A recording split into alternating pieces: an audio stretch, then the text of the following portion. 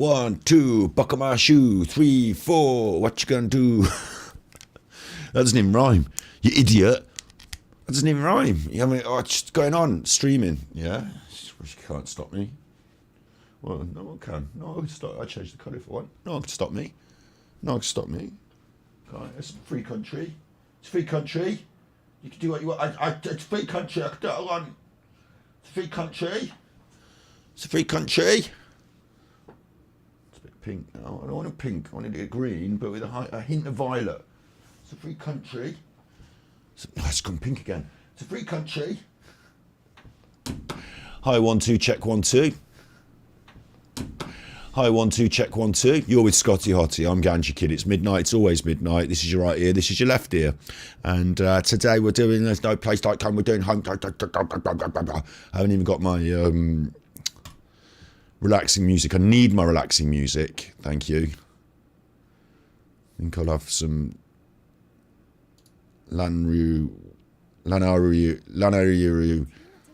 In Genshin Impact, they say the names of the places a lot more. In Zelda, they hardly say it. Lanariru. I've been there. Lanariru wetlands. Let's have that. Nice and relaxing. Already I'm starting to feel warm.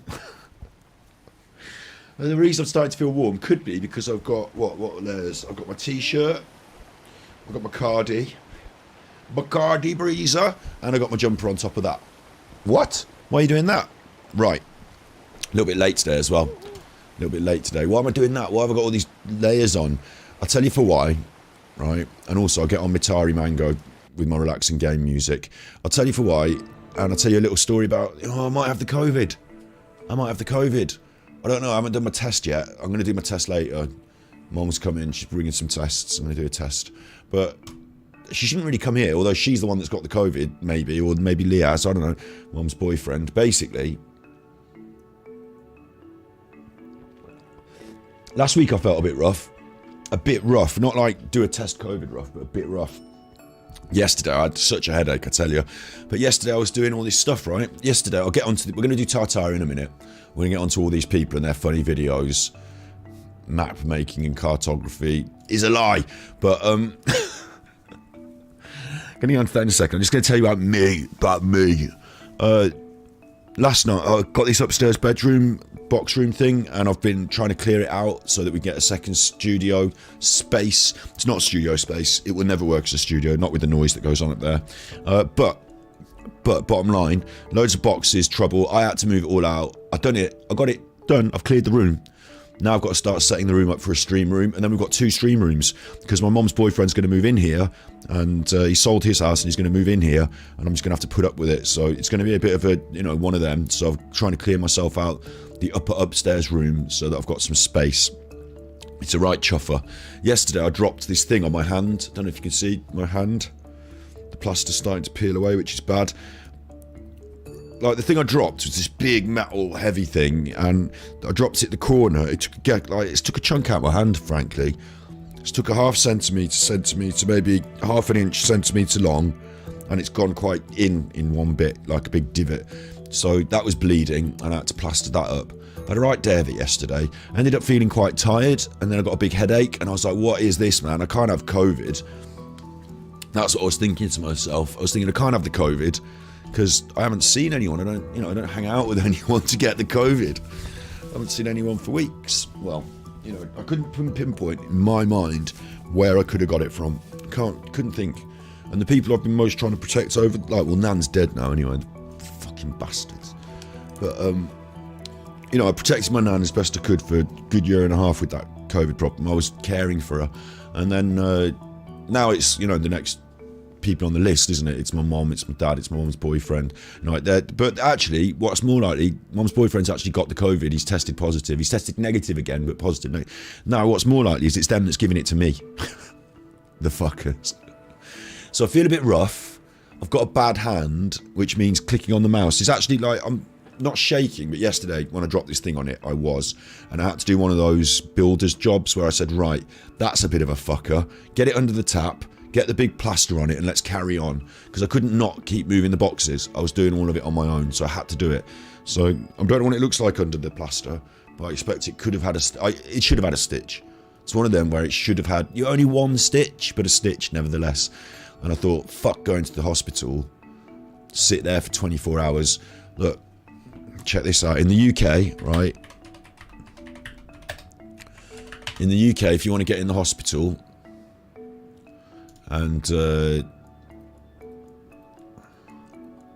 you got like a 2-year wait if you've got a appointment on, appointment for a little, I don't know, let's say you have to have a little minor operation, 2-year wait for that. Royal Derby Hospital, woman endures painful 17-hour A&E wait.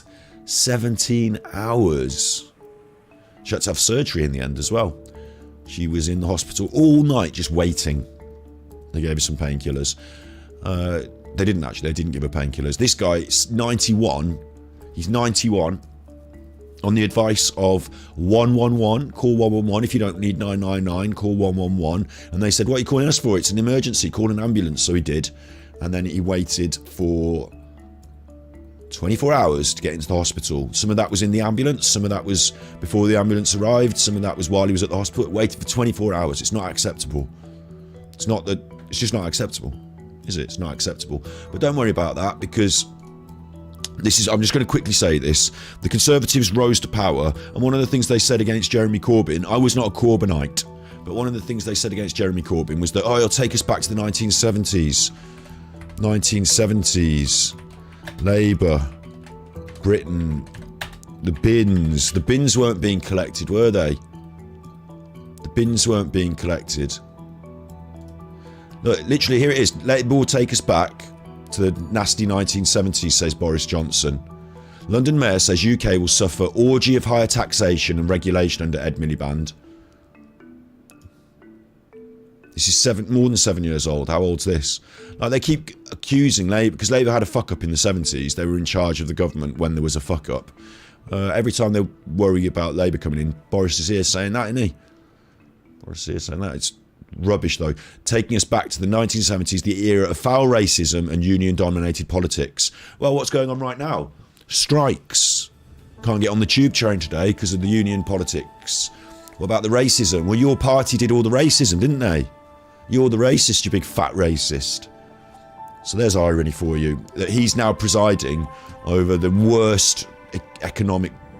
And it's not just because of Ukraine or COVID. We've come out the COVID thing now. Eat out to help out. COVID saved us money. You don't have to pay for my nan's hospital bills anymore. There's more money in the economy. It wasn't COVID. It's not the COVID doing it. It's because they're stealing all the money. The fuckers. So that's just interesting for me today. That's what's going on. Right, now we're getting to questioning the narrative. Because you've got to question these narratives. You can't just let them get away with all bullshit. This is my favourite homeschooler. Hi everyone, I'm Shelley and you're watching There's No Place Like Home. I'm back for another Question the Narrative video. Hello, Angie. And today we're going to... Hello, Angie. Your father-in-law was 24 hours on a trolley in a corridor at the Royal Gwent Newport. Is that? I wonder if that's the Royal Gwent Newport in England, in Wales, because that sounds like a Welsh British name, or because in America you've got the same, haven't you? I'm assuming you mean a British hospital, because otherwise why would you say it? Yeah, it just... Wales, yeah. Wales have got it worse. One of the problems that we have in the UK is, for example, my local council, they make their decisions, my local council, they're all Liberal Democrats. They're not Conservatives, they're Liberal Democrats. They're not the Blues, they're the Yellows. But the Conservatives are in power in Westminster decide how much money our council gets to spend. So, in historical terms, the government,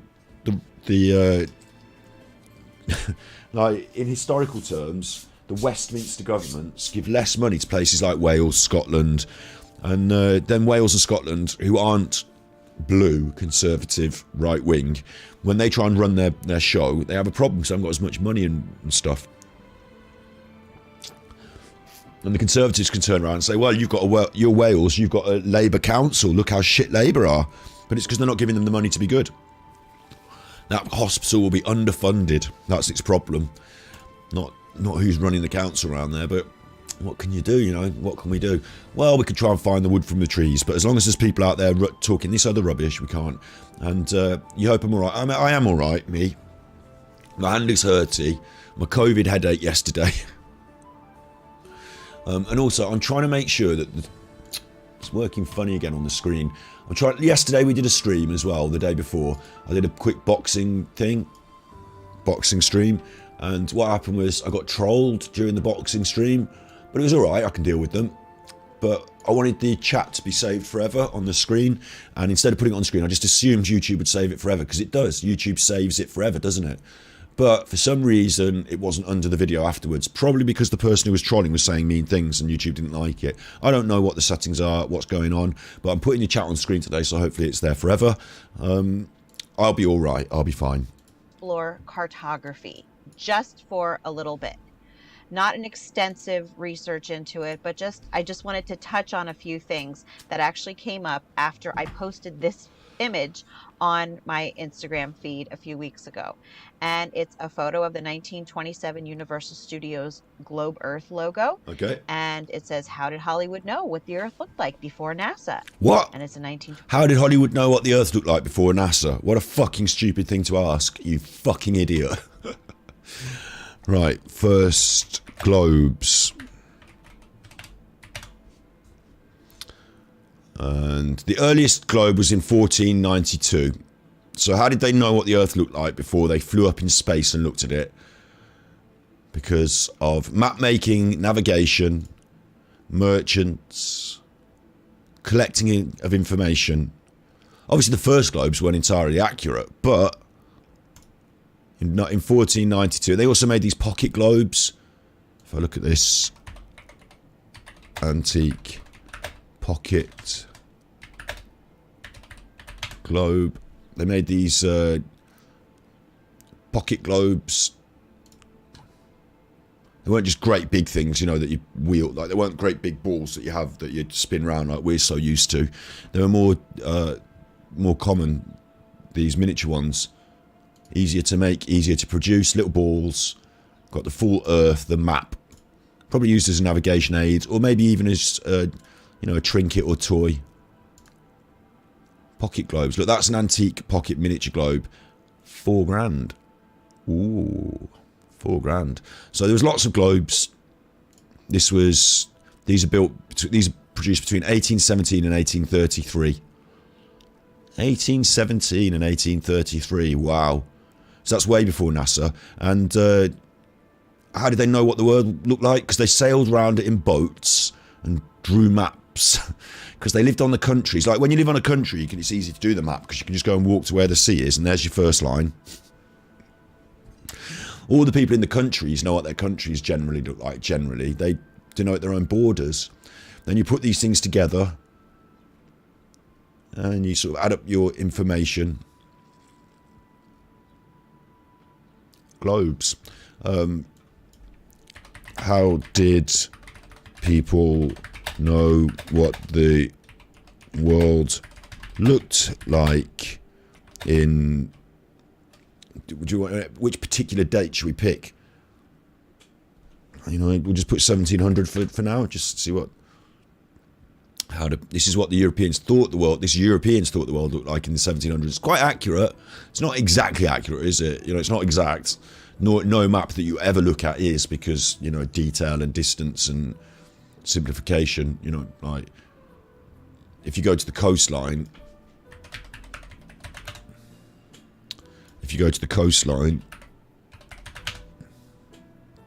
like the actual coastline itself is very detailed and jaggedy, and if you were to draw that line, it wouldn't be a straight curve, it'd be all jaggedy, wouldn't it? If you were to draw that line really close up, like take a piece of paper, an A4 piece of paper, and put it down on the sea and on the sand and draw the line where it meets, it'd be all jaggedy and wobbly. But on a map, that's just a smooth curve. You like simplify things on maps, don't you? Because you're not showing that fine detail. So it's okay to simplify things on maps, really. So that's how they found out. You know, a very straightforward answer to a very straightforward question. 27 globe image before NASA's in 1972. And yes, 1927 was obviously before anyone had ever flown high enough that they could possibly see what the Earth looked like in any accurate sort of way. Like I said, you can never get accuracy from being further away. That's not how it works. You don't get more accurate the further away you are. You get a more general sense of the shape of the continents, but you don't get an accurate sense because you're further away. So well done, homeschooling idiot. And astrolabes are ancient too. I did handle the troll, didn't I? I handled them nicely, but you didn't see what they were saying, so it's a shame, because I hope that would be captured forever on the internet. An astrolabe, oh, it's one of these, like, kind of clock computer things.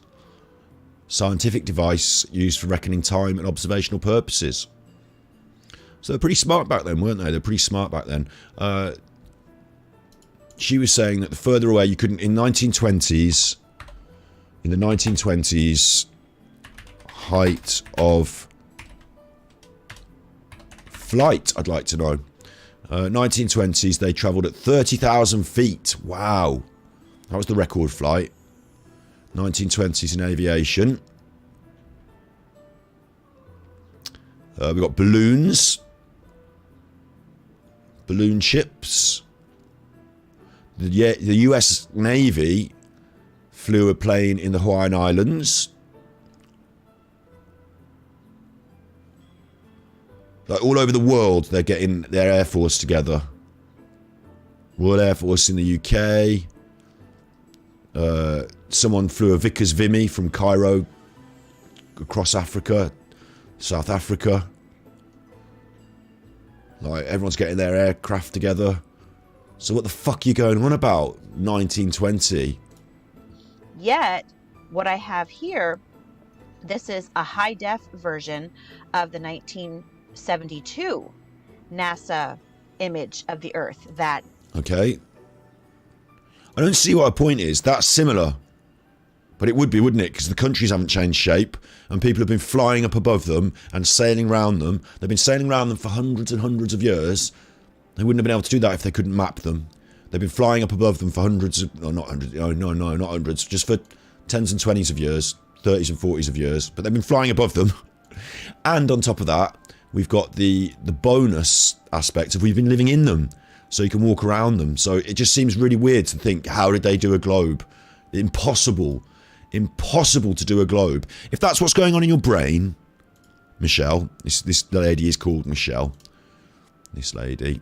If that's what's going on in your brain, Michelle, I want to see a picture of her. This is Webflow. Then you fucked it up. You've ruined it. You've spoiled it. You've messed it up. You don't know what's going on. She's not got a picture in it anymore. She used to introduce her videos with her face until I got in, starting to lay into her. Now she's stopped doing it.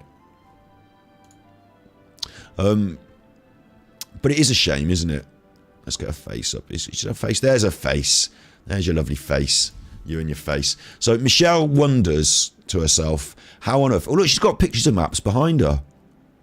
That's weird, isn't it? That she's got half the information, but not the other half. She wonders to herself how on earth they could have made a globe before 1920s, before we started flying above it. Or even during the 1920s, it would have seemed impossible to her. And if that's what's going on in your brain, then you've lost. You're lost. You've got no hope. I'll tell you what I wouldn't do if I were you, is I wouldn't take my children out of school and teach them everything at home. I definitely wouldn't do that. There's no place like home. I'm about to say something that I wish I didn't have to say, but since I am all about honesty, here goes. She's not all about honesty, is she? Because she keeps making conjecture. She keeps making conjecture. Doesn't she? How did they make maps? I don't know how they made maps. Oh, it's not possible. That's not honesty, that's conjecture. So she's not all about honesty at all. In fact, that statement, I'm all about honesty, was a lie. I'm worried about the rise in homeschooling.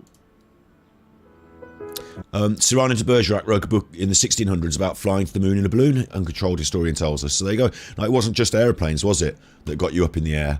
So, right. Also, I mean, maybe they just asked a pigeon. What does the world look like? Tell me, Mr. Pigeon. Mrs. Pigeon, non-specific gender binary pigeon. Let me start out by saying that I have always been, and I continue to be, a huge homeschooling advocate. And I encourage as many people as I meet who at least show a slight interest in it, that they should try it, because it is a wonderful way to raise your children and to educate them. I disagree. I don't think it's a wonderful way to raise your children, to be their be-all and end-all, to make sure that every piece of information they learn comes through you. I don't think that's wonderful. I think taking them out of school is kind of like an abuse. It inhibits their socialization. There are things you don't know that they could be getting taught that you don't know, so you're not teaching them. And you kind of, you know how COVID was difficult because we all had to stay in all that time. Well, imagine you don't get out of the house in a day. Imagine you stay in because you're doing homeschool. And then dinner time, mum's cooking it. And then what's after dinner? Well, more homeschool with mum. And then what about later? Oh, we're going to go out. Mom's going to take us out. And then later on, mum will read you a story. Like Jesus, like Jesus. That doesn't sound right, does it? And I have been all about increasing the homeschooling population. But I'm going to be honest and... What she meant there, increasing the homeschooling population, she meant to say increasing the amount of the population that is being homeschooled, increasing the percentage of the population that's being homeschooled. But when she says, I'm all about increasing the homeschooling population, what she means literally, what her words mean, although she's not educated enough to understand the way she's speaking, what her words mean is, I am having lots of kids and they are going to be homeschooled. I'm increasing the homeschooling population. I'm increasing the numbers of kids being homeschooled. Not the percentage of kids exist and I'm going to make more percentage of that homeschooled percent. No, she doesn't understand what she's saying. Tell you that I never expected to see it rise in the numbers that it has been. Well, the only reason it's risen in the numbers it has been is because we had a COVID. Now, that would typically be very encouraging because we want free-thinking adults, do we not? Well, you're not going to create free-thinking adults by keeping them locked into your way of thinking, are you? Free thinking would be better if you gave them a plethora of different ideas and a toolbox of critical thinking standards so that they could go ahead. But you don't have that and can't impart it, so you're actually failing your children. And most of us know that the public education system is not going to produce free-thinking adults. Okay, a few might get through, but... That's ridiculous, isn't it? Because every single person, pretty much, in America that is educated, 99% of them are educated through the public system, yeah? What you would call the public system in America. In my country, we'd say if you pay for a school, it's a private school. And also, if you pay for a school, it's also a public school. I get confused, but basically, we call it the comprehensive system. If you go to a comprehensive school, then the government are paying. And it does create free thinkers. It creates fucking loads of them. Of course, it creates zombies as well that, go to the 9 to 5 and just don't think. That's also possible. There's a bit of an overlap there. But to say it doesn't create free thinkers is ridiculous because, we could make a huge list of notable free thinkers who were publicly or comprehensively educated. I'm not going to do that now, but since I'm just saying statistically, since so many people are publicly educated and there are free thinkers, it would seem that there must be, if there was an overlap, like a Venn diagram of free thinkers, public school educated, it would overlap, wouldn't it? It would overlap. Hello, Isabella, you're here for fun and entertainment. Exactly, so am I. I'm being a bit like rah, rah, rah, rah, rah, rah, because I'm a little bit like rah, rah, rah, about this woman, but other than that, I'm still here for fun and entertainment. She's got hair up her nose. For the most part, they're just going to be fashioned exactly the way the education system, aka the government schools, want them to be fashioned. So I don't know enough about America. Have you got one government school system in America, or is it state by state? US education, one system or state by state? By state law, education is compulsory. Which state has the best system? So you've got different systems in different states. I think that's what I'm saying. I don't know, because I don't know. So, don't hold me to this. Education is provided private, public and home schools. State governments set over education standards. State governments set education standards. State governments. So what she just said isn't quite right. Not going to produce free-thinking adults. Okay, a few might get through, but for the most part, they're just going to be fashioned exactly the way the education system, aka the government schools, want them to be fashioned. The government schools. So which government? The state government or the federal government? So it's a really weird thing for it to say, oh, absolutely, I've got a very small view of homeschooling with this example, Chan. Yes, I'm sure there's some very fine homeschool educators out there. I'm sure there's some very fine homeschool educators. I'm sure there's some parents who do a wonderful job of homeschooling their kids, who give them a variety of input, who introduce them to, I don't know, how many teachers did I have? Like, bear in mind, at my school, I had a geography teacher, an economics teacher, a biology teacher, a chemistry teacher, a physics teacher, an English literature teacher, an English language teacher, a maths teacher, I had a music teacher, I had a sports and fitness general teacher, and also a specific rugby coach and a fencing coach. I had I mean, I must be missing out subjects here, mustn't I? I must be missing out. So a French teacher, I had a Spanish teacher. Like, my French teacher would not have been as good as my Spanish teacher at teaching me Spanish. And my Spanish teacher would have had a few, you know, blank spots when it came to physics lessons. So instead, they all specialised in certain things. Art, there's another good one. Art, technology. Those two classes in my school weren't considered that valuable. We went to one of those, I went to an academic school that was it was basically predicated on 90% of the class going to Oxford or Cambridge and becoming lawyers and doctors and all that. So, you know, I was in with that sort of bunch. Woodwork, yeah, we called that technology, design technology, because you were allowed to do the design side of it. You weren't going to come out of my school and be a carpenter, I'll tell you that. You were allowed to be like a graphic designer, but you weren't allowed to be a carpenter. You went academic grammar school. Yeah, exactly. Same here. I went grammar school. So you know exactly the lay of the land there. There was a lot of like push towards academic success. Not that it's right, not that being a carpenter is wrong. It's just that's the way they were focused. And that's why when I come at this stuff, I see it from a different angle, because I went through a different system, and I see this as being dangerously under-leveled compared to what, you know, what I'm recognising. Not homeschooling in general, bear in mind, Chan, I will agree. There are some really fine homeschoolers out there who will, like I was just saying, they will introduce their children to like 12 different experts at different times during their education when it's necessary. They'll know what they don't know. They'll know there are gaps in their knowledge and that they need this expert advice. They'll take them to places like museums, art galleries on specific days when specific lessons are being taught. They'll have the curriculum and they'll say, that's not one for me, that's not one for me, I need help with that, and they'll go and get the help. But this woman doesn't do that.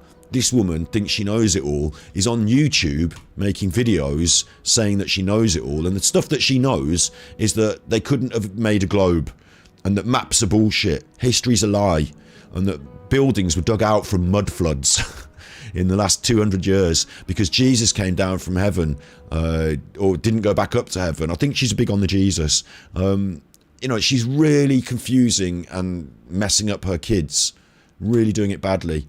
And then she's got comment. There's more to losing weight than just... Shut up, you. She's got comment on what everyone else should be doing. Like, it's not bad enough she's doing it quietly at home, ruining her children's lives quietly at home. It's bad. It's worse that she's on the internet preaching about it. Children.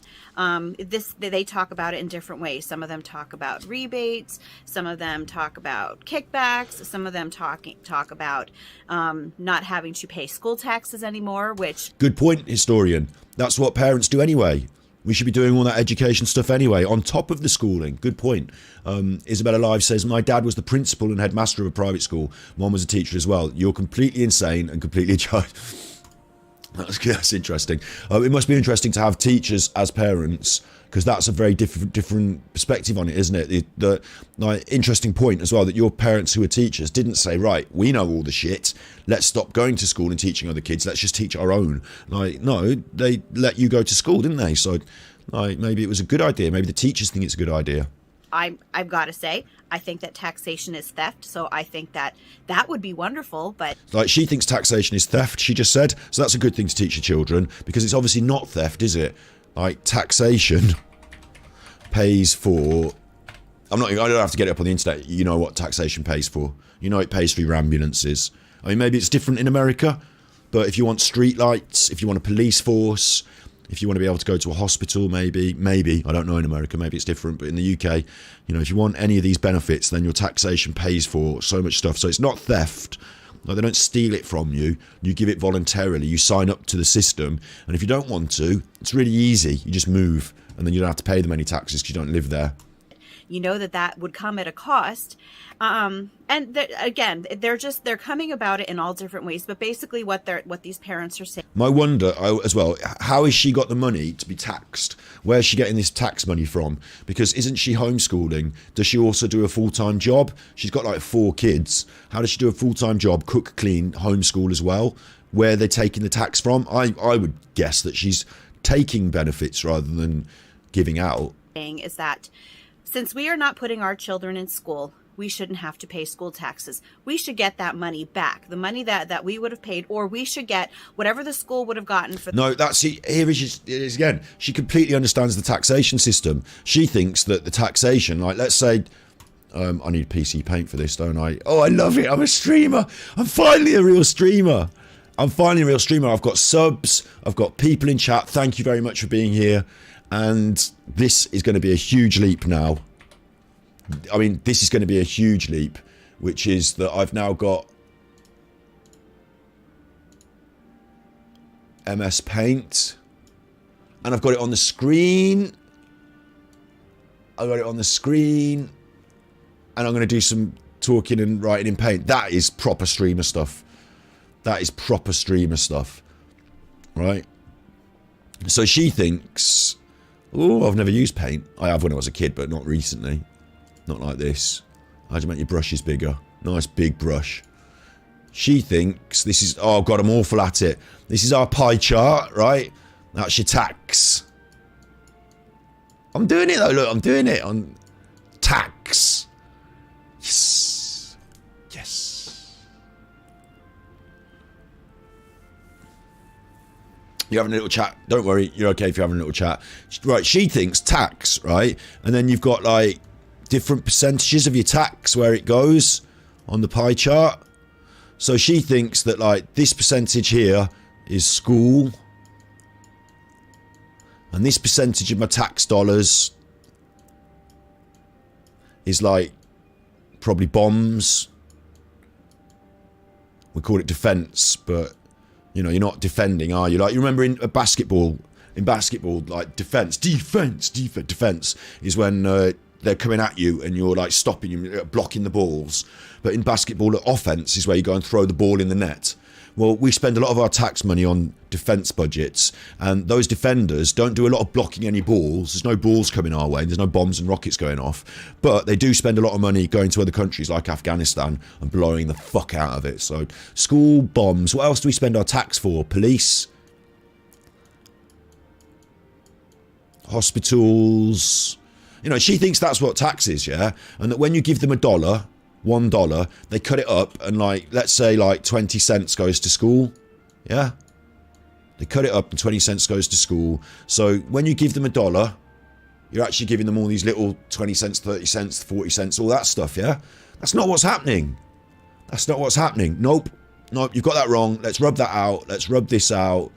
Oh, the eraser's only small, isn't it? Let's rub all these sections out. Rub out the police. Rub out the street lights. All that. That's not what's happening with tax. What happens with tax is, right? Tax is not $1, $2, $5, is it? It's not like that. Your tax... I'm just going to rub it all out and start again. Your tax... Let's have a big brush, please. Thank you. Your tax comes in as a percentage of what you earn or what you spend, because it could be value added tax, whatever. Comes in like that, and then it goes in a big bucket like this. Big bucket goes into the big bucket. Lots of pennies in there, lots of tax dollars, lots of, you know, your tax contribution. It's all gone in the big bucket, yeah? All into the big bucket. And then what happens is Boris Johnson...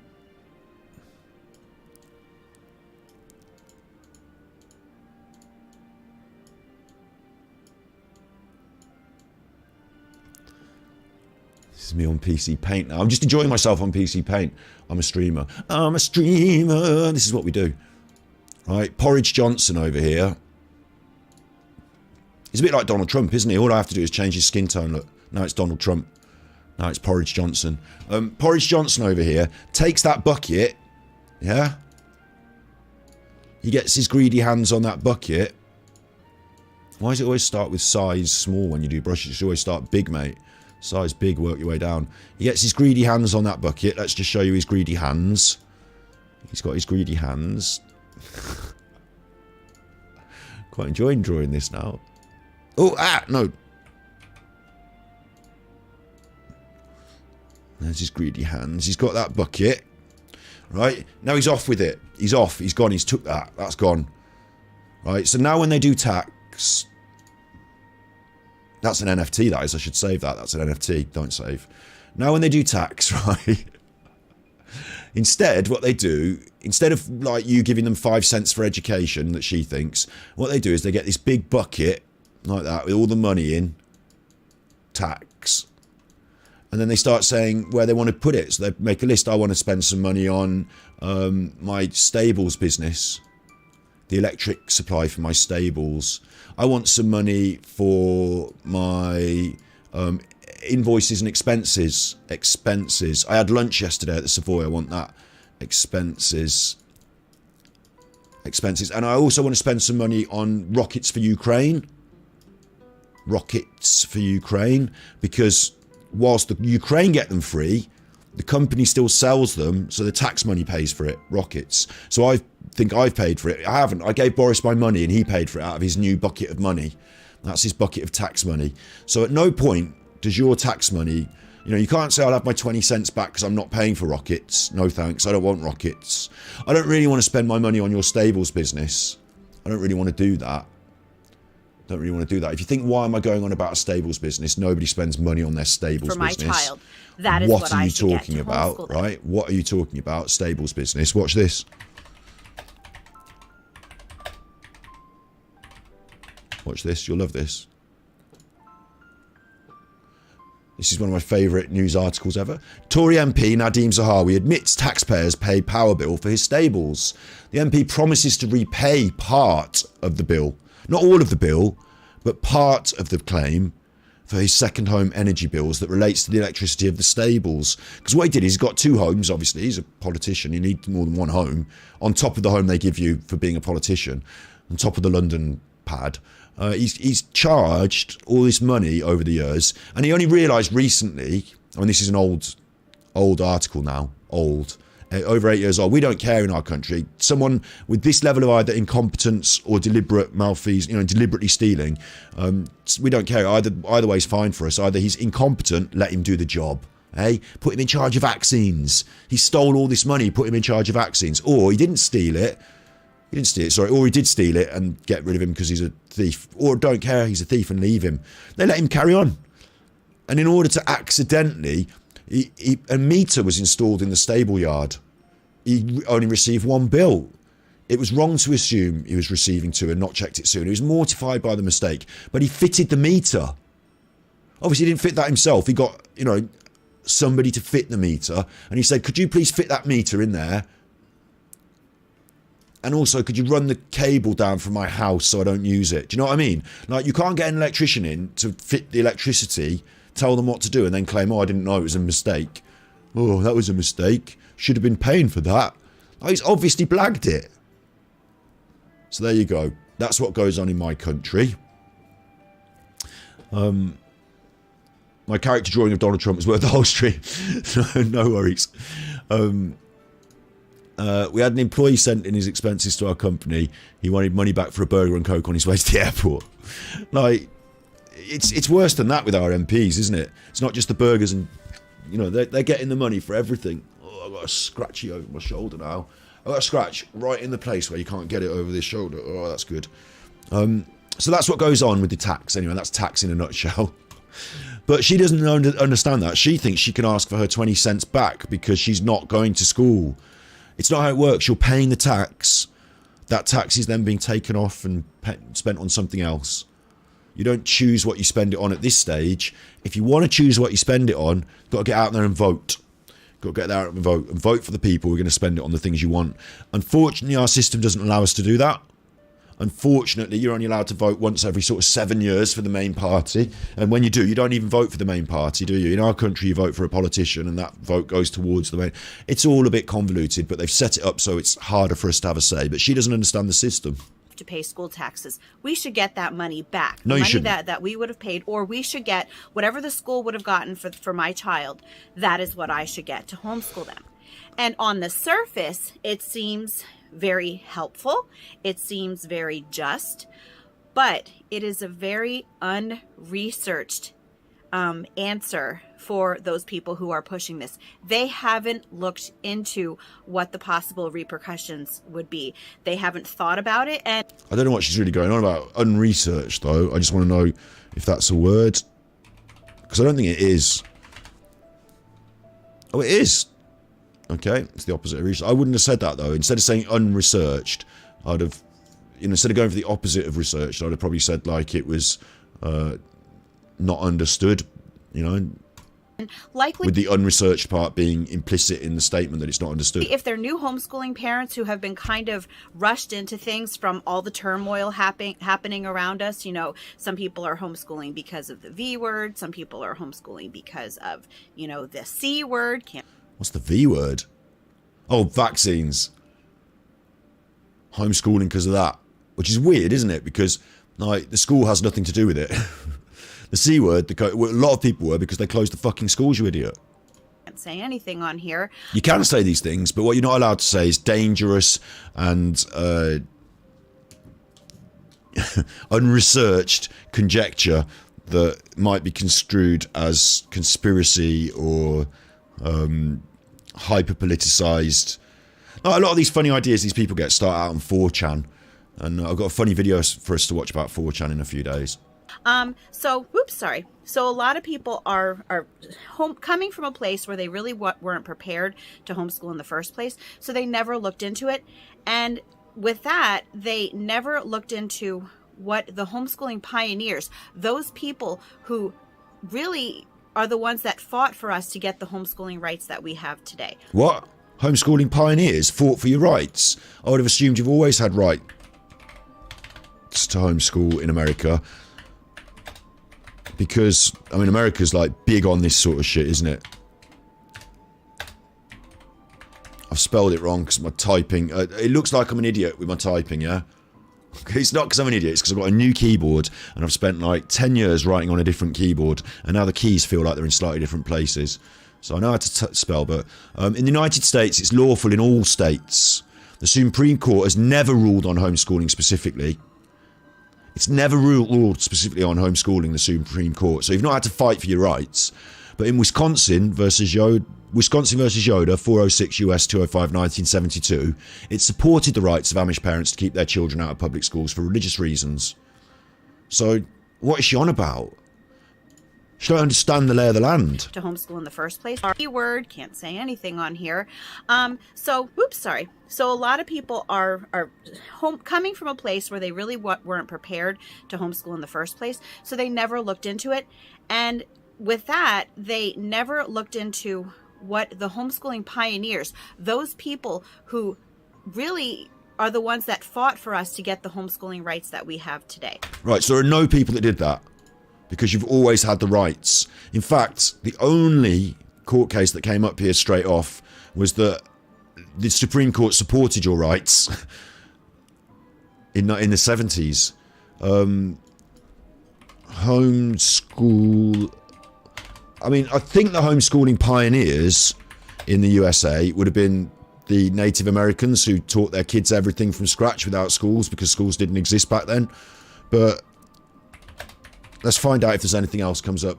A brief history of homeschooling. The modern homeschooling movement. Okay, we can say that. That was pushed in the 1970s by John Holt, an educational theorist. And soon after, his arguments inspired the first homeschoolers, it says. Well, no, it didn't, obviously. Obviously, it didn't. Like, in the US, maybe you've got a different perspective on history, but... like, before the 70s, there were fucking millions of people homeschooled. And then at that time, people were arguing it was detrimental to children as well. So, I don't know.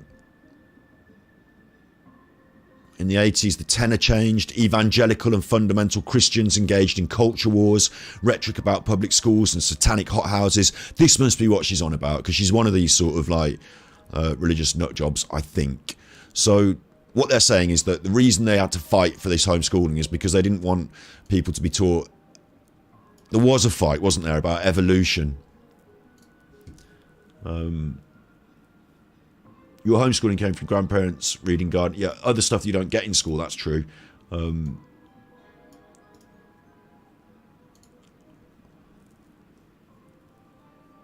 Canadian schools, private tax debate. Well, it's quite keep you busy for a month, right? I see. I've got a show format and I'm getting better, but I'm still crazy like you. Yes, that's true. Hopefully I am funny. Thank you. Funny haha, not funny. Ooh, I don't know about that. I'm not putting that in my mouth. So we've got a history of homeschooling. I think what she's alluding to is the evolution debate. They didn't look into what they did for us. And even though some states are more heavily regulated, like I'm in one of the most heavily regulated states, but it is definitely manageable. And there are some that are no regulation states. It really depends. So why don't you just fucking move to the one that's no regulation if you don't, like, you know, you live in this free world. I think it's really weird the way she just puts up with this shit. But yeah, so you notice that in the first 3 minutes of this video, I've managed to school her on homeschooling. In the first 2 minutes of her video about question the narrative and maps, I've managed to school her. When I was a student, I'd write like, whether you believe in Earth being in whatever shape or whatever, yeah, or whether you believe in Tartaria and the mud flood or not, you know that this woman who's presenting these ideas has got it wrong. She thinks the first globes couldn't possibly have existed, and how did they know? And she's not offering a point here. She's asking a question that doesn't make sense, and I pointed that out, and then that's it. That's the end of her. So my favourite homeschooler, There's No Place Like Home. She's got one more question the narrative recently, so we'll have a little look at this. With another installment of my question the narrative: volcanoes, resets, and the invention of time. The narrative series, and today's video is called Volcanoes, Resets, and the American Indian kids were taken to schools to wipe out their language and history. That's a good point. That's a really good point, isn't it? That's true. I do. I'm not going to. Like you said, it's a nasty subject to research. I don't know what I want to have the vibe of right now. I don't really want to have poor, bad children and their horrors. But I would agree. I think if we did the research, we'd find that at some point native cultures were forced. And it's happening in China, isn't it, with the Uyghurs? You know, forced to be sort of culturally wiped out, even if they're physically still there. the invention of time. And I did not come up with this video idea on my own. It actually came from two people who sent me emails, which we are going to read through today and just, you know, go diving down that rabbit hole a little bit. Go on then. With the information that they've given to me. Obviously, time couldn't have been invented, could it, though? Because, like, we had time before we had anything. Like, if we didn't exist, do you think time would still exist? If a tree falls to the ground, does it make a sound?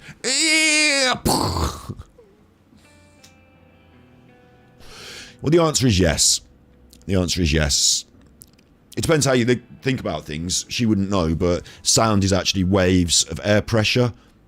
Like, everything's waves, isn't it? Light is waves.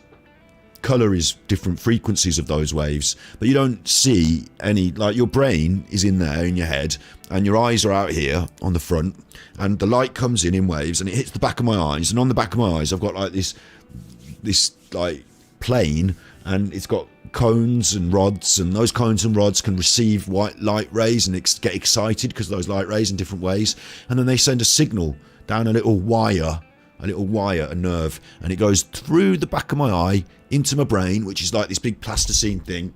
squashy. Don't give it a squash. Oh, if you give it a squash, I start thinking all funny. Squashing my brain. That'd be weird, wouldn't it? Being able to, could you imagine if you could get your finger in your ear and right up in your brain and give it a poke, and you started having strange ideas? Ooh, that's interesting. Ooh. Anyway, look. So you've got the tree falling over, yeah? So you've got the air pressure, you've got the waves. You don't have a brain out in the forest, no one there to hear it. I don't actually hear it anyway. What I hear is pressure waves go to my ear, and I've got this thin membrane of skin like the eardrum, and then I've got little bones, and those little bones vibrate, and those vibrations, and there's like fluid involved, and then my brain, again, through a little wire, gets signals through a little wire, and then my brain makes it all up. Like, my brain constructs, a bit like my computer. I always tap over here. You've never seen the box. One of these days I'll show you the box. It's just a big black box with a colourful thing in it. But the computer doesn't have any pictures. I have to have the monitor, and the computer sends the data, and the monitor makes the pictures. But the pictures are in the computer somewhere, but they're not really pictures. It's funny, isn't it? It's like your brain. So times like that, we didn't, until we started perceiving it, did it exist? Did we invent it? Well, no. Like, we just perceive it. And I've got to say thank you to everyone who sends me emails. I've been getting quite a bit, and sometimes. And I agree with these. Gaelic being banned, ultraviolet 43rd plane. I don't know about the planes of vibration, but I do know that, like you say, ultraviolet is a wave, isn't it? It's a form of vibration. It really is. So yeah, and the brain being the final frontier is really interesting, isn't it? And it's interesting what Isabella's saying there about feelings. Like, it constructs both images, thoughts, and feelings, doesn't it? So there's like more complex stuff going on. When we're looking at the computer in the box and the pictures, we're not getting those feelings, but in our brain we do, and that colours our perceptions, I suppose. And like you said, we don't know. For all how clever we are, for all how smart we are, for all your Tartarias and histories, we haven't got on with like knowing exactly how the brain works. Elon Musk's going to kill a few more monkeys trying to drill holes into pigs' heads to try and work out how to put adverts directly into your brain. But until we get up to that, we haven't even, we've got our personal experiences, our feelings, and that's it, isn't it? Yeah. Sometimes it's hard for me to keep up. So if I haven't responded, or if I haven't standardized tests this year, which will send you a private message. Here's our emails. Hello, my name's Rich. I live in England. I've been watching your uploads a bit lately, the question and narrative ones. I've been trying to figure out how to send you a private message, but I failed until I found your address on your YouTube page. Sherlock fucking Holmes. I wanted to say this to you. Please forgive me for it being a bit long. I don't like this punctuation already. It makes me feel uncomfortable. Like, if a historian will understand this, punctuation and grammar, it doesn't matter that much these days because we're on the internet these days. People write lol. They say lol, and lol means laugh out loud. And because it's an abbreviation, an acronym, LOL should be L full stop or period if you're in America, L period, O period, L period. That's how you write. You punctuate abbreviations, but we don't. So that's it. It's fucked. Language is now fluid. So is punctuation, apparently. What makes me think and almost feel after watching your uploads is that something happened that we were not told about. That's a weird feeling to get, isn't it? Because that's what she says in her uploads. A cover-up in history, I suppose you could say. I've looked into what happened in San Fran in the 1850s and the early 1900s. So they say, most of the city burnt down first time, and 50 years later it was again destroyed by an earthquake. Now, you did say you live in England, but you might not have English as your first language, so I'll let you off, because this sentence doesn't make sense. But what we did look into in our previous episodes, Tartaria Uncovered on the old channel, is that during that time there were lots of fires in these cities. There were. I'll tell you for why.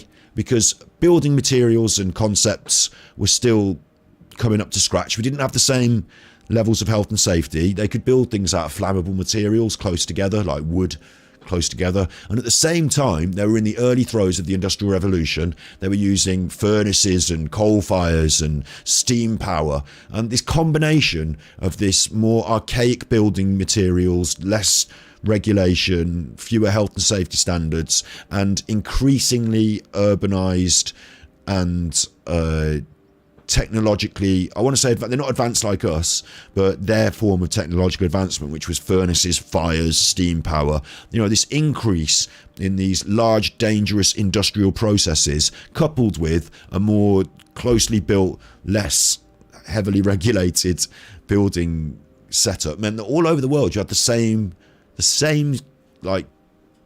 complex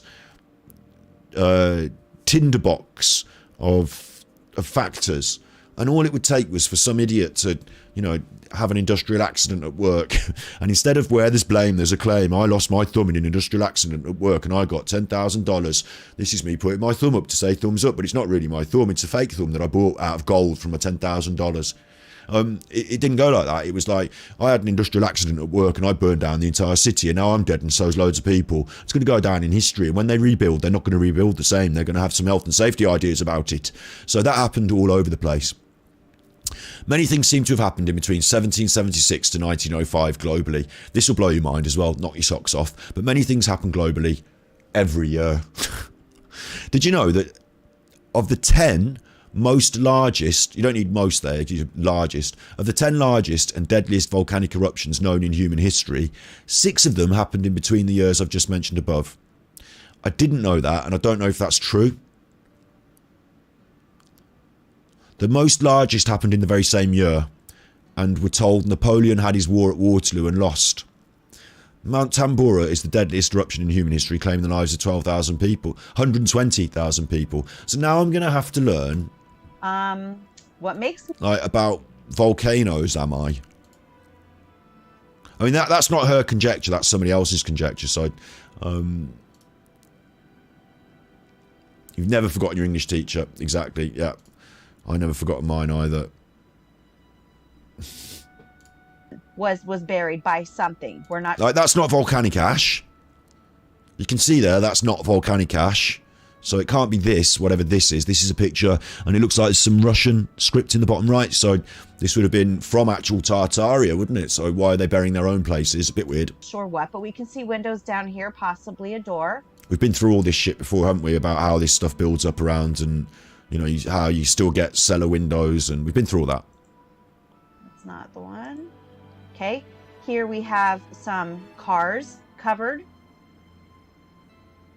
That really doesn't make sense, does it? Because the mud floods happened before the cars. Or are we saying that the cars were found?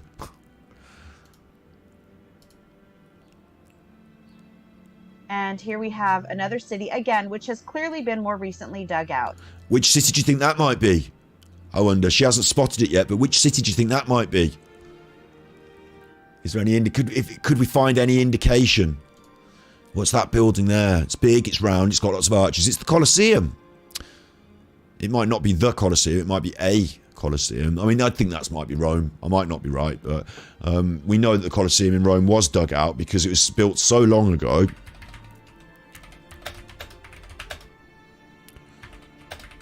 It was built so long ago that it actually got covered in mud.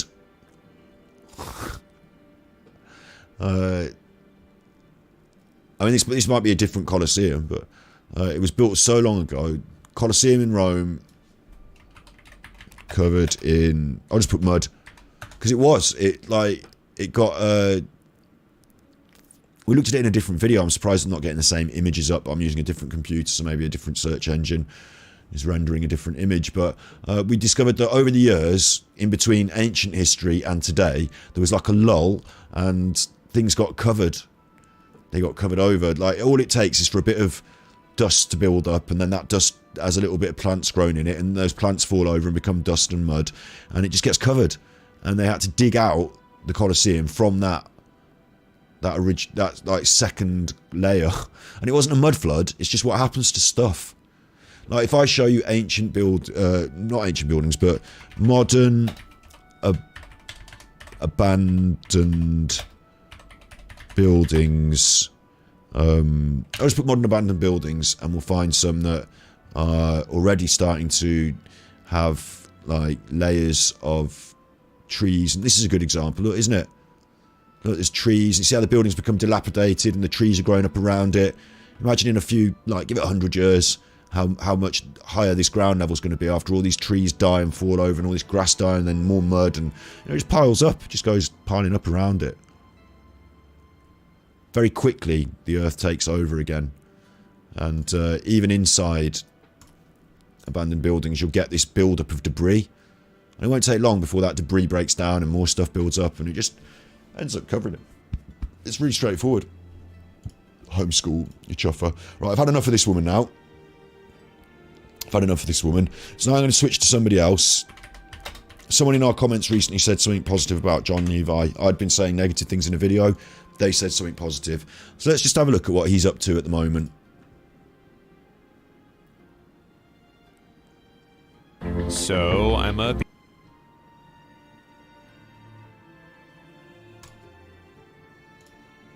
Let's have a look what he's up to at the moment. I've literally... Videos, I've got to say, I have not, like... You know, sometimes I watch one of their videos and go, this is a ripe... this one's ripe for the plucking, and come on and have a right go at them. But today I'm just going for an overview. I'm doing it slightly differently. We're going to have a bit of a roundup. We're going to look at all their different channels, look at their last sort of 2 or 3 videos and see what's going on with them. Difficult than having a relationship. Look at that awful footage. That's stock footage. So JonLevi is paying for stock footage from somewhere, or just ripping it. Making a video. But that is all. I mean, just from the media perspective here, the stock footage. Someone's filmed something that's very complicated, lots of detail, and you can see the compression artifacts. It might be the fact that it's been uploaded to YouTube, but yeah, the camera and the YouTube between them, they've fucked it all up and turned it into just JPEG compression. Video is no more difficult than having a relationship. In some cases, a relationship is more difficult. I often consider it like putting on a show. When meeting someone or engaging in someone, it requires some kind of show. You can't be the way that you are when you're alone. What's he going on about? Just fucking rambling about nothing. The subject matters. And you can be the way you are when you're alone if you're with someone. That's, you know, it's totally up to you how you behave. Putting on a show, or behaving, being yourself. JonLevi's confused here. At the very start of his video, he states that he's confused about the nature of humanity and how we behave.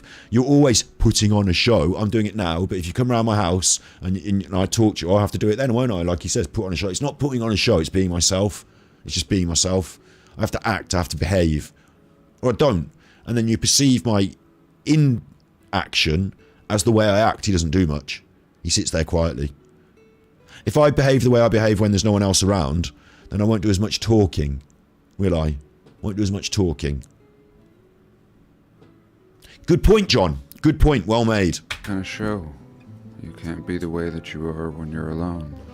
I mean, you can be the way that you are when you're alone, but people just don't like it. Good point, well made, John. Good point, well made. In fact, what you've actually said there is meaningless bullshit. It's not philosophical and smart.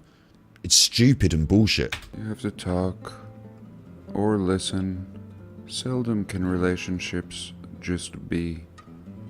Of course relationships can just be. You can fuck off, and then we just be. With your pets, you can just be. With our pets, you can just be.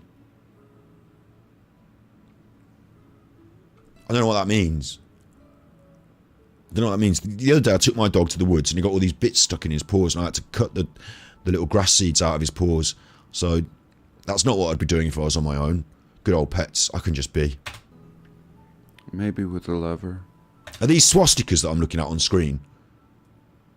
Am I looking at swastikas? Is he trying to What's going on with these images? Crosses, metallurgy forming rudimentary interacting swastikas. But if I were to just be in this video, there would be no video. What would happen if I were to just be in this video? There'd be no video. What the fuck are you on about? Of course there'd be a video. It'd just be you just sitting there. Some people do. I'll tell you what. I'll show you my videos where I've just been. Oh, I've just been there. Don't stand there. I've just been there.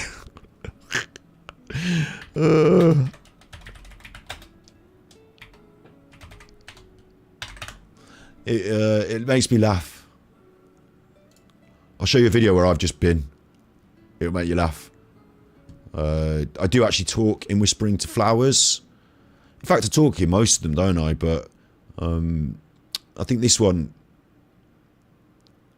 I just be. Let's try this one. I don't know if I'm talking in it or not, but air up, mate.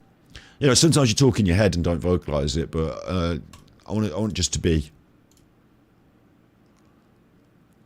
I'm just messing with some buttons, ASMR style. Yeah, I am talking.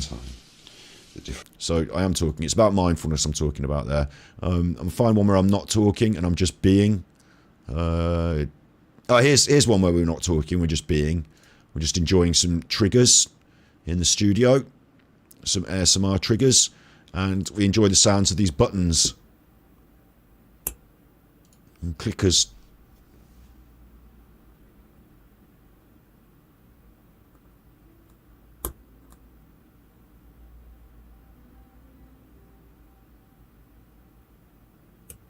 There you go. So you can make all sorts of sounds when noises and things when you're just being.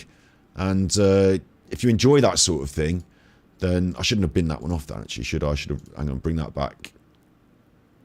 History, that one, bring it back, because there's also, towards the end, we do these other studio triggers that we really like as well. Like, there's a lot of good sounds in this video, I should have you know.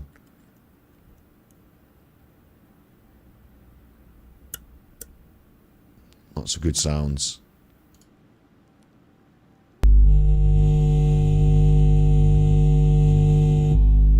Ooh, that's a nice one. That's actually got me tingling now.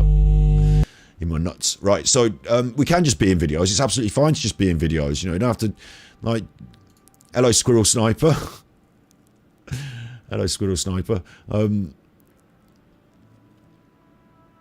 Good. Oh, I'll tell you what, skunk number one. When I won't talk too deeply about these things on YouTube in the UK, but when I was young, that was the one. And there's certain smells take you back to certain places. And although I wouldn't say I've done this, because I can't say that I've done things that are illegal on the internet in the UK on my YouTube channel, of course, but I know somebody who went on holiday to Greece and took their own little skunk number one little parcel of, and they, not me obviously, but somebody else, and it's not, you wouldn't do this because it's illegal, but they used gaffer tape and gaffer taped it onto their nutsack to get it over in the plane because they were so desperate to make sure they had it. And when they had to peel it off when they got there in Greece, it was like, ow, ow, and then they had their own little bit of nice smelling enjoyment when they're on their little holiday. And the first thing they did is went in the sea and had a little reefer, come off the plane about, you know, late o'clock at night. Got to the hotel, you put your bags in, you do your check. It's like late. Oh, just probably have a drink in the bar and go to bed now because it's like already getting late. And then tomorrow's first day of holiday. But what I actually did was, no, not me. Went down the sea with my little reefer and had my little, and I wrote a rhyme about it as well. I wrote an MC rhyme. Still stood knee deep in the sea. I don't let nobody bother me. Smoke my as if it's free. Undatsi, which is a Greek word I learned when I got there to mean like thank you and hooray and undatsi. Undatsi, this is good, it's like cheers. Undatsi. Still stood knee deep in the sea. I don't let nobody bother me. Smoke my ganj as if it's free. Undatsi. I can still picture my friend being in the sea and not me being in the sea. Somebody else, not me. Anyway, John. So we must put forth some effort. And this kind of share or show is my favorite. I get to talk about things that interest me. And I mean, this is what he's doing, isn't it? John's found a form. I actually find John's videos really... I find him to be more mysterious than the others. You'll agree with me on these points, I'm sure. And then I'm going to say a couple that you might not agree with if you like him, but it doesn't matter. Is that John is more mysterious than the others. You know, some of his videos feel a bit esoteric. I think I'm using that word in the right way. I don't know, because I'm not that clever, but sometimes I learn a new word and then I try and use it more, and only likely to be understood by a small number of people with specialised knowledge. Yeah, they're more esoteric. The average person might watch it and think, what's he talking about? But if you know, you're like, oh, I know. Oh, I know. Oh, he's talking to me. So he's got this mystery, this esoteric nature, and then he couples that with this stock footage compilation collage. I actually quite like the concept of these compilation collages. You know, you get all these trippy visuals, you get a lot of meditation, psychedelic, hippie, woo magic. You know, you get a lot of those sort of videos that are collage based. I've made a few collage based videos myself. I want to show you something else now out the back of my drawer. I can't access this channel anymore because I've lost the account details, but Scott the Art, I made a second YouTube, and it won't come up because there's obviously more people called Scott the Art, aren't there? And I haven't uploaded for like a million years. But Filters channel, there I am, 8 videos. So I started uploading my own artistic videos. These are artworks, and you can say I'm a bullshitter and I'm not, whatever. These are artworks, and I have made them, and they are artworks. They're modern video pieces. They're artworks. Some people don't think this shit is art. Some people think it's not. So now we're going to take a little diversion from what they're doing and a bit esoteric on my end. This one was presented firstly on my ASMR channel. I'm going to take you through them. and it's called Can You Organise Your Thoughts 2014. First of all, it was presented on my ASMR channel as an ASMR video, because it is an ASMR. You're a coach without a... I wonder who's owning the AdSense. This channel hasn't got monetized, it's not got adverts, so where did that advert come from? I own that channel, it's not monetized, I didn't put adverts on. YouTube put them on anyway, proves my point. Another point I was making earlier, which is the video sorting books. It's called book sorting, I think. As an ASMR piece, I appreciate why it works. I've designed it to work like that. So here's me talking bullshit, and then I sort some books.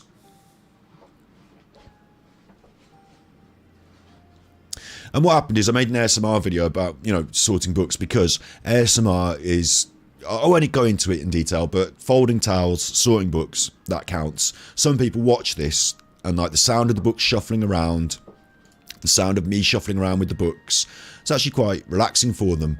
And at the end of it, the books are sorted. You know, this is a junk room with all crap in it. It doesn't look like that now, it's all sorted. I had to sort it. So at the start there is disorder, and at the end there is order. Not in the whole frame, there's still lots of disorder over here, but on the right hand side it becomes more orderly, doesn't it? So there's something happening there, and it's subtle, and it's called Can You Organise Your Thoughts? I do think in some of these modern art pieces giving people a prompt in the title does help. So while you're sitting here for 50 minutes watching something quite boring, you have time, and therefore time and space, to start thinking. And how do you organise your thoughts? Can you even organise them? My thoughts are not organised by author or topic. Am I organising these books by topic, author, or just size or colour? How do you organise things? It's a question. That's art. Enjoy it or don't. Then what I did is the ASMR menu. I made a little piece where I dropped off these. Literally, I've got these printed out. Why isn't it loading? Go on, YouTube. Have a bit of that.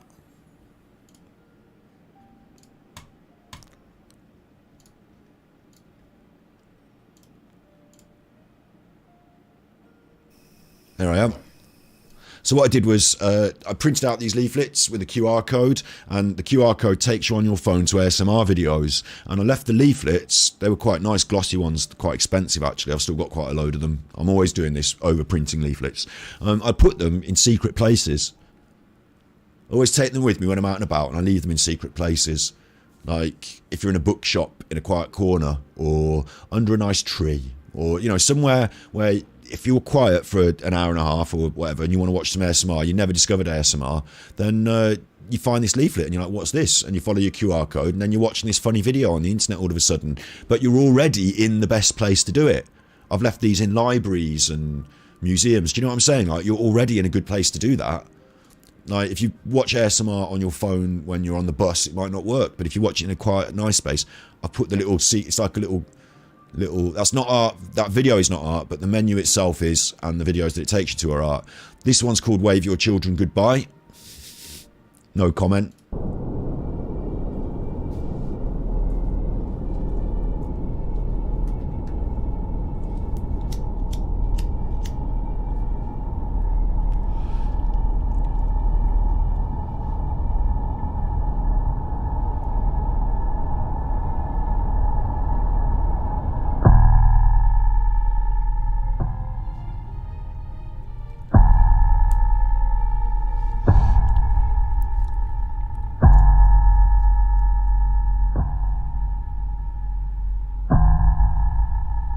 That's Dance Act Wavia, but obviously I've completely changed the way they are presented, and the sound and the image, so it's my art and you can fucking suck it. You've got an album out, 1997, Morgan Tristram topic account, YouTube. Create it for me. I'll have to have a look at that in my free time. I love, you know, I actually really like smaller producers' artworks. Like the mainstream big, you know, it's still good, you know, obviously I'm going to listen to Foo Fighters, but I buy more CDs. In my time, I don't buy any CDs now, obviously, do we? Nobody does. But in my time, I've probably bought more CDs off people busking on the street than I have out of HMV. So I'm doing these little art videos. The reason I'm talking about this is because collage and JonLevi. I just want to show you that I'm into this sort of stuff and that I appreciate JonLevi and that I've got a bit of a background in this. So this is really actually not the best work of mine, Tripnosis. It's not a hypnosis video, but it's a collage thing.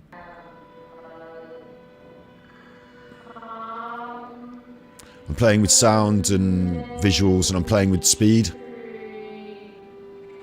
Talking about journeys, things happening.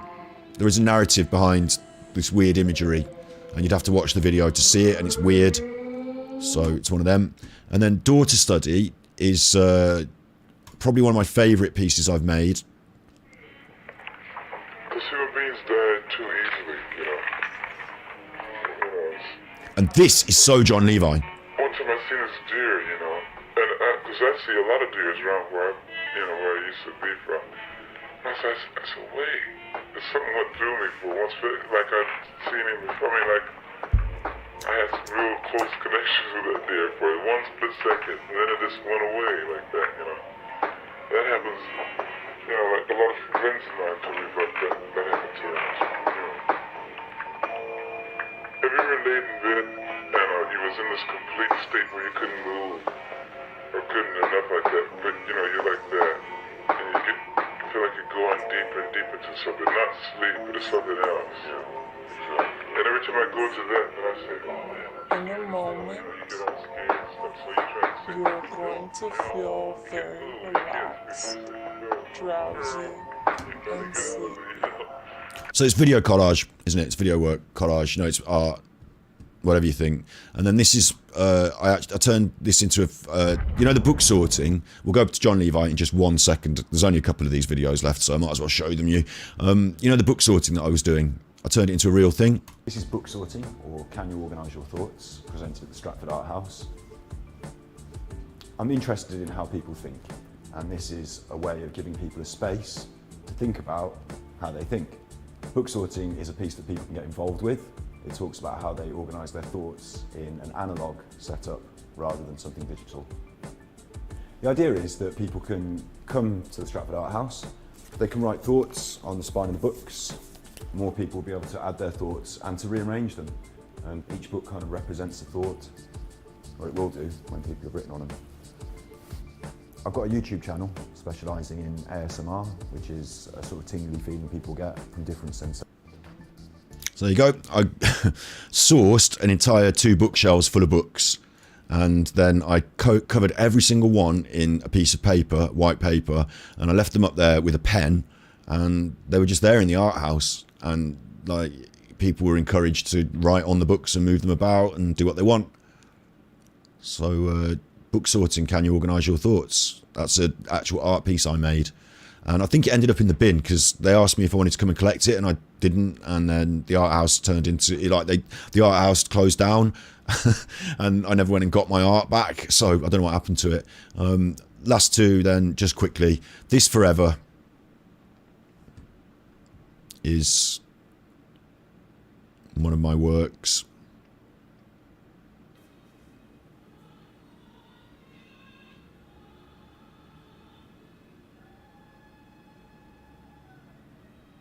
I can't watch it because it would make me sad, so I'm not going to watch that. And then this is Eddie Hall Portrait.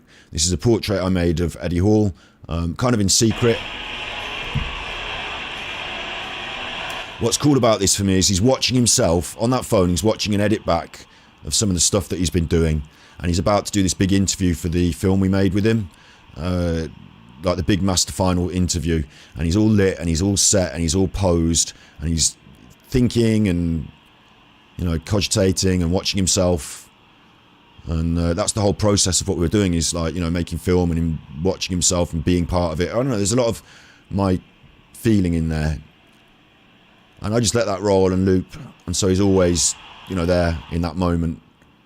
Just, you don't notice, hopefully, the looping, because obviously this, you know, he's not always sat like that, is he? There was the loop, then it just happened, then it was subtle.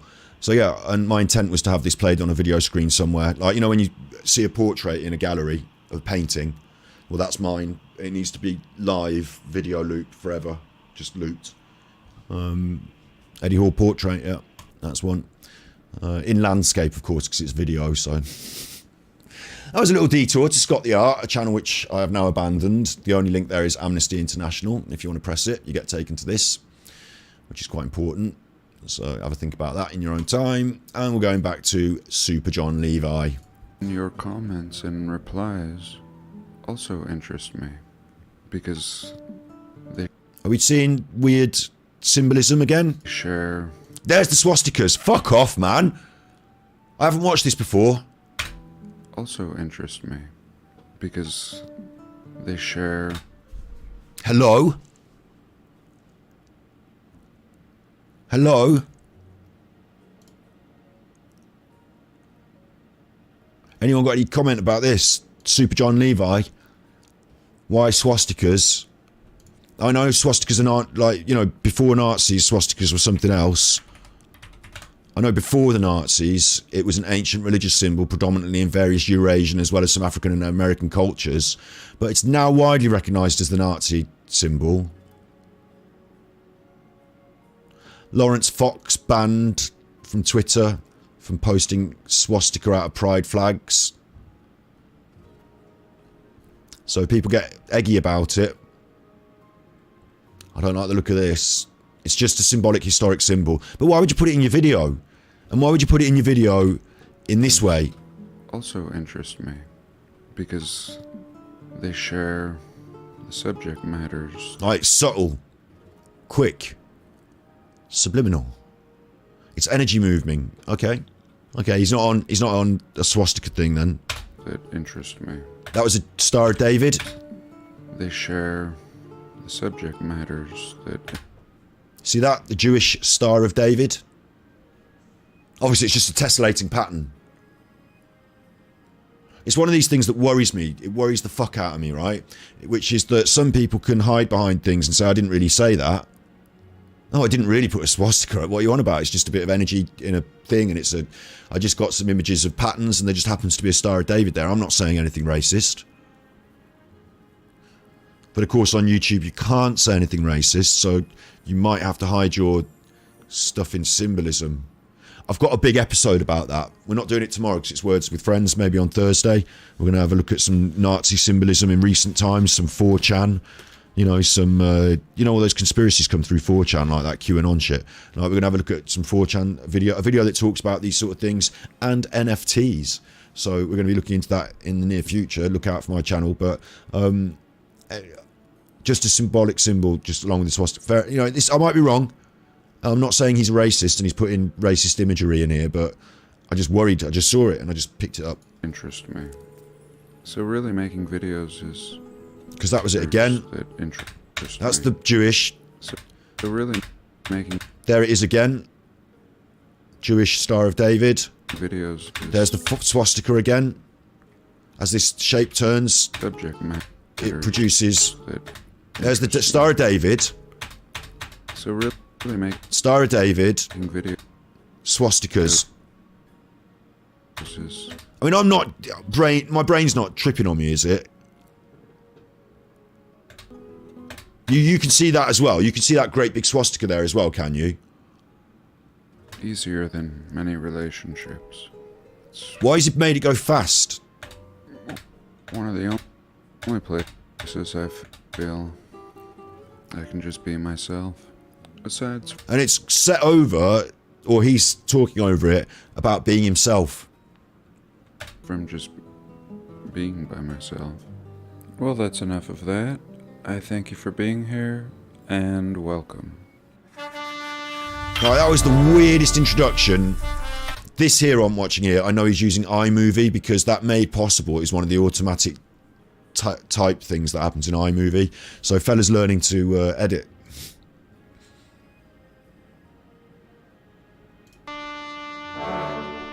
Thing that I ever... That was weird as well. It's a symbol. Another symbol. Not an overtly racist symbol, but maybe a symbol of a compass. But just strangely, you know, using strong symbology again. It's why the swastika is a part of history. It's a geometric symbol along with the Star of David and Flower of Life. And it's a Russian video from the 80s. Fair enough. I don't know why he's got that or how, but why he's using those images. To me, if you see again, saying about it being esoteric, that's great if you're esoteric and the people that know. If you know and it's not racist, that's brilliant. But to the average person on the internet, have you heard of dog whistle politics? In fact, I'm going to do this now. I'm going to get into it a little bit now, and then we'll see if we do an episode on it or not. Using coded or suggestive language in a political message to garner support from a group without provoking opposition. So what you could say, and it might be wrong, okay, I might be wrong, so I'm just saying this is interesting to me, decide it yourself, is that you want the Nazis and the white power people to be your friends, and you want to show them that you are a Nazi and a white power person. You know, you want to sort of project that, but you can't because you're not allowed, right? So instead, you've got to hide the symbology in your videos. Making videos. That's dog whistle politics. Now, he might not be doing that, but people who deliberately do it, a dog whistle using coded or suggestive language in a political message to garner support without provoking opposition, right? People who do that in America, and Christians and Christian values, and it's mainly like, you know, more, it's got more of this American modern context with all this 4chan stuff and all that, isn't it? And the QAnons and all that, you know, the OK thing and all that. It's got all that. So people do that, and the people that do it, he might not be doing it, but if you're into that shit, you're going to see that and think, oh, that's that. I've seen that before. I've seen that sort of coded. Look, I can see a swastika there. So all the racists, whether he's racist or not, okay, whether he is racist or not, whether he is a fascist or not, whether he's a white supremacist or not, the white supremacists of the internet on YouTube, people who are using YouTube and are white supremacists, when they see this, they're going to think it's good and they're going to support him. And they're going to think that they can't comment about it and that he can't comment about it, but we both know. Do you know what I mean? They're going to feel a kinship with him. So if he doesn't want that, I would stop doing it. I'm not going to do that in my videos because I would worry that racists and fascists might think that my earth symbols were actually racist symbols. And I don't want them coming here being racists. I don't want them thinking, like saying to me, yeah, you know, wink, wink, nudge, nudge, you're my buddy, aren't you? Wink, wink, nudge, nudge, you're my buddy. So, the one that looks nautical is a flat earth symbol. Right. Symbology again, though, isn't it? So you're saying that, now we're saying for a fact, remember, that's a fact, that's a symbol that is known by the flat earth people to be a flat earth symbol, yeah? Agreed. I'll agree with that if you're telling me that. That's esoteric knowledge. Knowledge likely to be understood by a small number of people with a specialised knowledge or interest. Yeah? That's what that is, isn't it? We both agree. Isabella's telling me it's a flat earth symbol. It could be an eye squirrel sniper saying, if it is, whatever it is, right, if it is something that means something that can only be understood by those that know, then it's esoteric. And they use that exact concept to do dog whistle politics. So it might not be dog whistle politics, but the people who think in the terms of dog whistle politics will think it is. And we know that the swastikas are definitely seen by them as dog whistle politics. The only thing that's not racist in this imagery is the flat earth thing. But is he connecting flat earth or his channel or his work or whatever it is, kind supporters, who's supporting him? Who would pay someone to share a message? You know, people who believe in that message. Or what if you get the racists on your team? Are they paying lots of people to share messages? The evangelical Christian racists? Yeah. I don't know, man. That fucking worries the chuff out of me, that does. All the white supremacy watch a Buddha swastika and they want to collect gold to cover their temple. No, they understand the difference with the Buddha. Like, it's more obvious that the Buddha's not a white supremacist, isn't it? But this video, like, it's just a video on YouTube that seems weird and esoteric. Isn't that how they share their information? I'm not saying he is a white supremacist. I'm saying what he's put at the start of his video will attract white supremacists.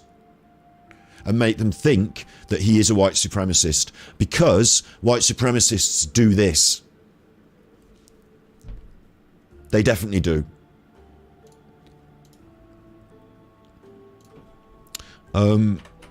Bored Ape Yacht Club NFTs.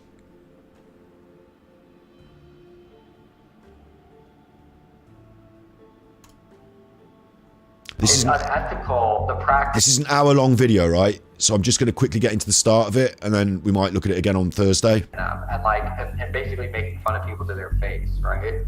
To me, that's really what's fucked up, and it's more fun. It's actually more, to me, that's the crime here. The crime isn't that they're Nazis and they're racist, which they might be, and I'm sure they are accelerationists who are people who are just basically nihilists who don't give a fuck and want to see the world burn. And to me, that's probably a worse thing than being anything, because you really are anti-human and you're selfish.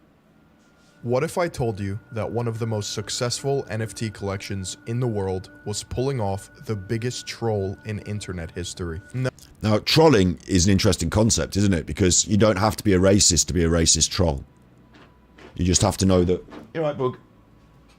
You just have to know that racism angers people, and that trolling people with racism angers them. Trolling is a different concept, isn't it?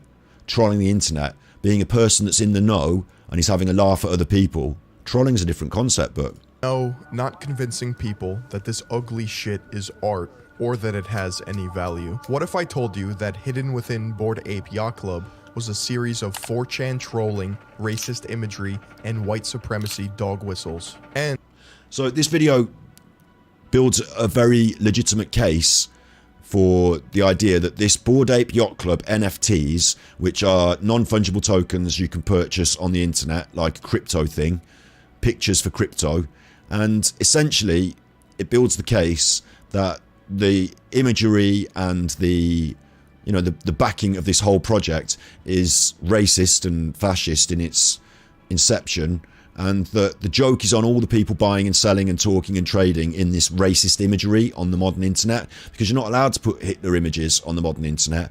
But if you can put all this stuff on the internet and other people are buying it and selling it and sharing it, ha ha ha, they don't know they're selling swastikas. In Bored Ape Yacht Club are inherently racist looking. Remember, they could have picked any animal, object, or... And this video makes the point that you can't be overtly racist, so what you end up doing is being close to being racist, but you can say, no, it's not racist, it's just a monkey. You're racist if you think monkeys are racist, because you're thinking about black people as monkeys. But I just drew a picture of a monkey, it's not racist. Like, you always just tread that line of not being able to, you can't prove it. Can't prove it. This is Damon Dash, the founder of Rockefeller Records with Jay-Z. And then, I don't know if that monkey thing is like, because what's the biggest NFT? The ape. Don't you think that's a little condescending to our culture in a little bit? We were just talking about that. I feel like, is that a way a nerd is trying to get cute and laugh at us? We was just talking about that. Because either way, you should tread lightly with monkey as it relates to our culture, because it's a trigger for us. And they keep doing it.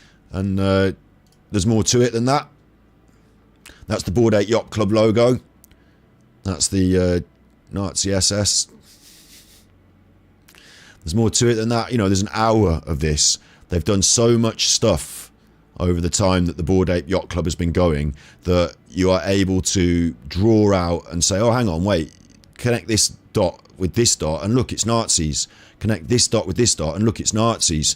And it gets complex and it gets interesting, and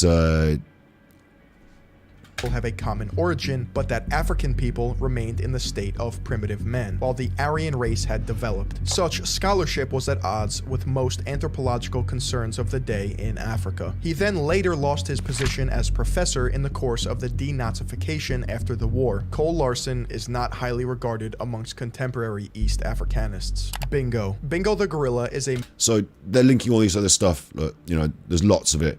So we could look through this video maybe later on. They talk about this numerology symbology, that 14 represents the 14 words that were spoken, that it's like a racist thing, and 88 is the number of future for white children. Hail Hitler, because 8 is H in the 8th letter in the alphabet. You know, there's so much of this symbology. Oh look, Lady Gaga, David Bowie coming up in the comments. That's a much more healthy and happy conversation to have than this one. David Bowie is probably not racist, I don't think, and I fucking love his Black Star stuff. I probably won't be able to play much of this because obviously copyright, but you know, numerology, symbology, David Bowie was rife with it, but because he was an artist, wasn't he? Like, making art. Like the symbology here of his Major Tom figure, who he invented, and he got the dancing and the eyes, and oh, there's so much, and the fact that he was dying, you know, there's so much to it, isn't there? It's pure symbology. Really good stuff. Yeah, really good stuff. So we're happy that symbology exists. We know it exists. We know that it's a dog whistle. We just saw a video where I was talking about a different, you know, a bigger concept, this Bored Ape Yacht Club, of NFTs being sold into the market to subversively promote racist ideas and imagery that links that they have these different hats. The NFTs are randomly generated, and you can generate them with different facial expressions or hats or things, but all the hats are racist. They use racist hats. So there's all sorts of problems all the way through. It's rife with it, yeah? So we're happy with that. We're happy it exists. It's called dog whistle politics, and the idea there is that you alert people. So let's say I'm making a video today and I want to promote right-wing racist ideas, and I want to, obviously I don't clip me saying that, Jesus, but someone would want to promote their racist ideas and to say the racist club is still going strong, welcome to the internet, don't worry, we're here. Obviously they won't let us say it on YouTube, you know, I can't make a racist video on YouTube, they'll block me, but, you know, send me some money because I'm on your side in the club. What I'd probably do is I'd put all this Nazi imagery subtly from like old Russian videos at the start, not say anything about it directly, leave it there as symbology for people to see, and the uninitiated would ignore it, probably say it was something, you know, innocent, wouldn't they? Like, you know, people who want to, if you want to protect me or if you want to assume the best of me, you would say he's not a racist, he's using old earth magic images for energy. But on the other side of the coin, all the racists would say, yeah, you think that, but we know he's a racist and we're friends with him now. Easier than many relationships.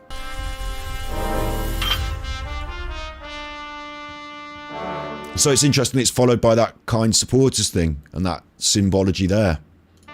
It's speculation. No, what it's the thing is, Squirrel Sniper, is that all their videos are speculation, aren't they? As well, they're just ideas. They talk about ideas and speculate, and it's not, what I'm saying is not speculation, not specifically, because it's backed up by evidence. It's happening in our society at the moment in a wide and far-reaching way. There are lots of them doing it. The speculation part would be that JonLevi specifically is doing it, but then he's just done it. His motives I'm speculating on, but his actions I'm not. There's the Star of David. That's not speculation. There it is. Also interest me because they share. And he says they share at the time that you see it. That's not speculation. There is a swastika. I'm speculating on his reasons and motives, but then this is not speculation because that's not his reasons and motives. That's the reasons and motives of dog whistle politics. That's not speculation. That's true. And that's the whole point of dog whistle politics, is that it forces you to speculate. It's coded. It doesn't provoke opposition because you can't put your finger on it. So it's a big worry. And in today's day and age, if you're making media collages for the internet and you don't understand this, you're saying I'm innocent. The speculation would also be he's innocent. Innocent is speculation too. Innocent till proven guilty, yes, but are we not just speculating on his motives? Are you not just speculating on his motives as well? So what I'm saying is, if you're educated and aware and you're looking into history and you're looking into the transmission of messages and you're learning to edit and you've chosen to put swastikas and stars of Davids in your intro sequence before you then ask for money from your community of supporters. I thank you. Thank you, PayPal, patrons, supporters.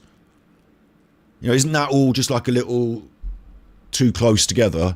Wouldn't you be fucking worried about doing that? And if you were JonLevi and you heard me saying this, wouldn't you fucking go and take that out of your video? Get rid of that. I don't want to be seen as a racist. Fuck no. That would be awful. So, oh wait, I don't know what you retracted. I didn't read it in time. Hopefully it wasn't anything bad. Sorry that you I didn't delete that. Sorry it got retracted. I mean, you obviously choose to detract it, so it's up to you. Have I checked out Robert Seffer? You know, have a conniption. I'll check him out. I will. I'll copy that and I'm going to paste it in. I was trying to check out JonLevi, but I've got hooked up on this one bit. And welcome. But it worries me. Do you know what I mean? It worries me. So we don't know if he's a racist or not, but you know that most people are not doing that shit at the start of their videos. So he's put the worry there. I haven't invented the worry out of nothing. He's put it there. So he sowed that seed in the mind of his audience. And to some people it's innocent and it means nothing, and to other people it means that he's in a secret club with them and they should support him.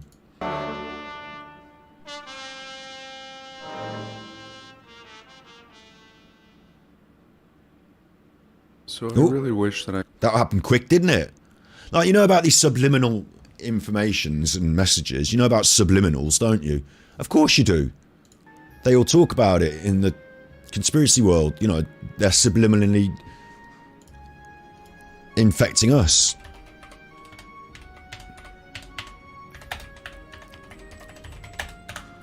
Aren't they? Aren't Disney doing it to us? Hope this doesn't get... This is Disney, so it should not get me binned off, should it? That's just a Disney cartoon. That's just Mickey and Minnie, and it's just a close-up of Minnie and Mickey with his hand around her. So it's definitely not any subliminal... If you think it's suggestively sexual, then that's on you, because that's Mickey and Minnie. So, you know... Is that one real? Is that one real? Is that even real? I've never watched that film, so I don't know. Is that one real? It's supposed to be, though, isn't it? It's supposed to be all, you know, in the old... They reckon, don't they? They reckon. I don't know. It's just some ideas. But subliminals, little quick images, yeah? You know about them. You know about them. You know lots about them. Look up the American National Anthem. Right, well, look, what happens here, though? I've got his video paused, so whatever that was went by really quick. So I really wish that I could share... Is he fucking with you? Is JonLevi subliminally fucking with you? Everything that I ever wanted to share with you, but that will never happen. There's always things on the back burner, but sometimes we're not inspired to do the things on the back burner, and that's alright. I'm usually inspired to share whatever I'm inspired to share. And now he spent another minute and a half saying nothing. It's almost like he says nothing in his videos just to fill the time. I don't know where inspiration comes from, but we know when we're inspired. A surge of energy moves us to take action. And I was really hoping to go on a road trip, many, but things don't always work out. I'm bored of that now. I'm going to skip it on if he's not saying anything. The narrative is so ridiculous. Here, for example, a carved path through the supposed stone, and my goal was to try to get into some of these structures. That didn't look like a carved path, did it? It looked like... That didn't look like carved, not by human hands.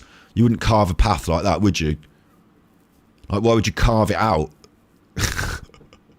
What a stupid thing to assume, that you would carve a path like that. You would carve your path straight, wouldn't you? You wouldn't carve it in a big, weird, windy, changing shape with, like, a bit of a wall up on the one side where you decided to carve in deeper, would you? What's that carved by? Oh, it could be water, I suppose, or... ancient magma flows, or like could be a feature of what you call it, erosion. It's definitely not carved. Through the supposed worthless, pretty worthless construction photos, very suspicious. Recently I shared with you in a video the fake construction photos in New York City. Yeah, obviously you've got the fake construction photos because they want to recreate those iconic photos of today. But you can tell that's fake for a number of reasons, can't you? A number of reasons. One huge standout is that the buildings in the back are modern. You can see the modern New York, and this thing that these kids are sitting on is held up with a chain, and that chain wouldn't be strong enough to hold up a steel girder and all those kids, and they wouldn't use a chain in modern New York to hold it up and to move it around. It's clearly a modern photoshopped shot image. You can also see, I mean, this isn't the original image, the image quality is not that good, but you can also see the difference in the colour tone of the foreground and the background image. You know that's laid on top. Yeah, absolutely. Yeah, absolutely. I shared with you in a video the fake construction photos in New York City. All the But this one is different, isn't it? This one's different. This is from a series of photos. It's not just one image that you're presented with. You can actually go and find the negatives.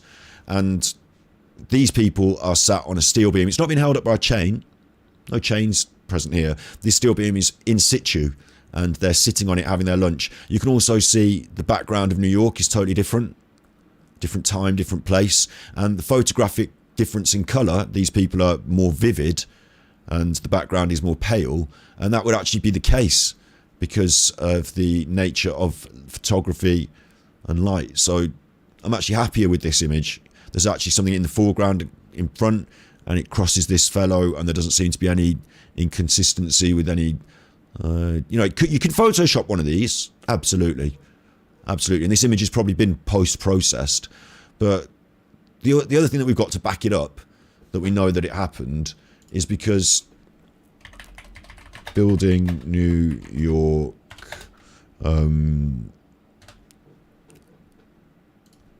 building New York skyscraper, was it 1920s, look? Like, it's not just one image, is it? It's like absolutely loads. And also, we've got videos. This is Grammarly, so you don't want Grammarly. You know how to spell, don't you? You had it bullied into you at school properly, if you were proper. But look, there they are in video now. In video. A series of ambitious skyscrapers rise up, each competing. So the problem you then have is that you're suggesting, well, that was just a photoshopped picture. Yeah, and this is just a photoshopped video, and that's just a photoshopped video, and it has been colorized, but all media these days is digitized, and the analog media itself could be faked, couldn't it? You could draw on each frame, you could paint. That's how they did animation. So, like, come on, though. Like, you'd have to fake every aspect. Like, this isn't one person's video. This is lots of different videos put together here by the Smithsonian. Like, you'd have to fake, like, history, wouldn't you, like they say? And because history has been, I mean, you could do that in a film lot. Yeah, you could do that in a film lot. You could do it in a, you know, like the way they make movies. Fine, that one video is fake then. But then you've got, and the next video, and the next video, and the next, like, this is somebody else's video that they've got here. So is that one fake? Like, how many fake videos are they making back then? They're doing it all now. Why is it so consistent? How are they so consistent in their fakery, in their hoaxery, you know? Hoaxes get exposed because there are inconsistencies. But this was consistent because it actually happened. Got loads of videos of it. People remember it. There are people alive today that were actually there that remember it, that can tell you it happened.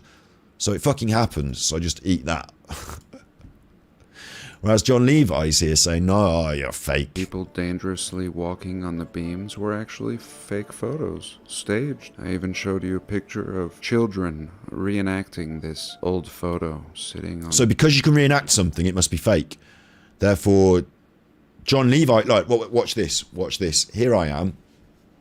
This will blow your mind. Do you remember at the start of the JonLevi video, right? He was there on his computer and the words came up on screen. Patrons and supporters, yeah? So I'll just get some words on my screen now. I could do it I'm going to go back to these words in a second, but let me just get some text. Text, new. I'll just put thanks. Okay, and I'm going to write thank you, supporters. Thank you. Thank you, supporters. So I've done that now. I'm on my computer. Here's me on the video. I've got my mouse like he had. I'm in a room like he was.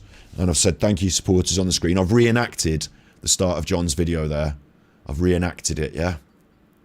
Like, you know I have. No one can say that I haven't. I've reenacted the start. Not the start with the swastikas, but this bit. This bit. Look, here's my microphone. I'm reenacting the start of his video. So his video is fake. That's him, fake. He is fake. That's not really him. You can fake that. You can Photoshop that. He's not really there. That's a green screen. He's not really there. I've got a green screen. I can put him behind me. Watch this. This will blow your fucking mind. Well, I'm not going to bother. You know what I'm saying? You know what I'm saying? Like, he's not really there. He's fake. Because it can be reenacted, it is fake. That's his logic. It's not good logic. So now that I've caught John in I've got John, I've got him in both holes now. Got John in both holes. One, he just talks a load of shit that doesn't make sense. Not logic. Don't go to court with that as your argument. Was that you speeding on the speeding camera? Well, officer, here's a video of my wife speeding in my car. So we've reenacted it. So you can't prove it's me. Was that you, though, in the car? On the second video I showed you, it was my wife. So we reenacted it. All right, you're done for speeding. Next. Guilty. Next. Do you know what I mean? You can't... It's not going to work, is it?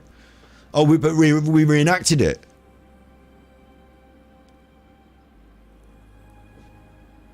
So it's not true. It can't have been true. Idiot. An idiot who subtly and sophisticatedly has edited in Nazi symbology into the start of his video. They share... When he's asking for support. In an esoteric way, intended to be understood by only a small number of people, you think, in Tartaria land, some of you, that, not you in my chat, but some of you in Tartaria land, he's got a Mormon connection. Look, ooh. You think that he's deliberately being esoteric, and that you know the meaning. But it could be something else. You don't know for a fact. The whole point of what we've just said there is it's esoteric. The whole point of esoteric is only certain people can know. And you can't know unless you're in the know. And you think you're in the know. But if you're not in the know, you don't know that you're not in the know. Fuck you, JonLevi. Defend this to me. Defend this. Defend it. Knowing that some people think it's racist, and that those people who think it's racist give you a clap. Defend it knowing that. Defend that knowing that. You think it's racist. I'm not racist, but the racists like me because I've done this. What would you do? What would you do? You've got this painted on your front door. It's an earth symbol. You've got this painted on your front door. It's an earth symbol. You know it's an earth symbol. I know it's an earth symbol. When your neighbours come past... The ones that are into the stuff know it's an earth symbol. The rest of the street and all the rest of the town think you're a fucking racist Nazi. Do you leave that on your front door and say, no, hang on, mate.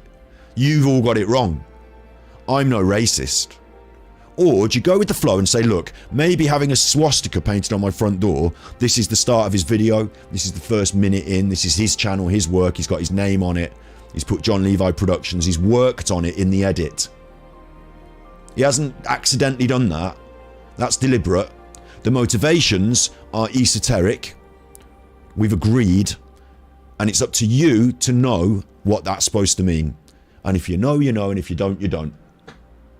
I wouldn't be fucking having that. I'd take that off my front door right away. So defend that to me. Defend that to me. Right, Robert Seffer. He's an anthropologist and author.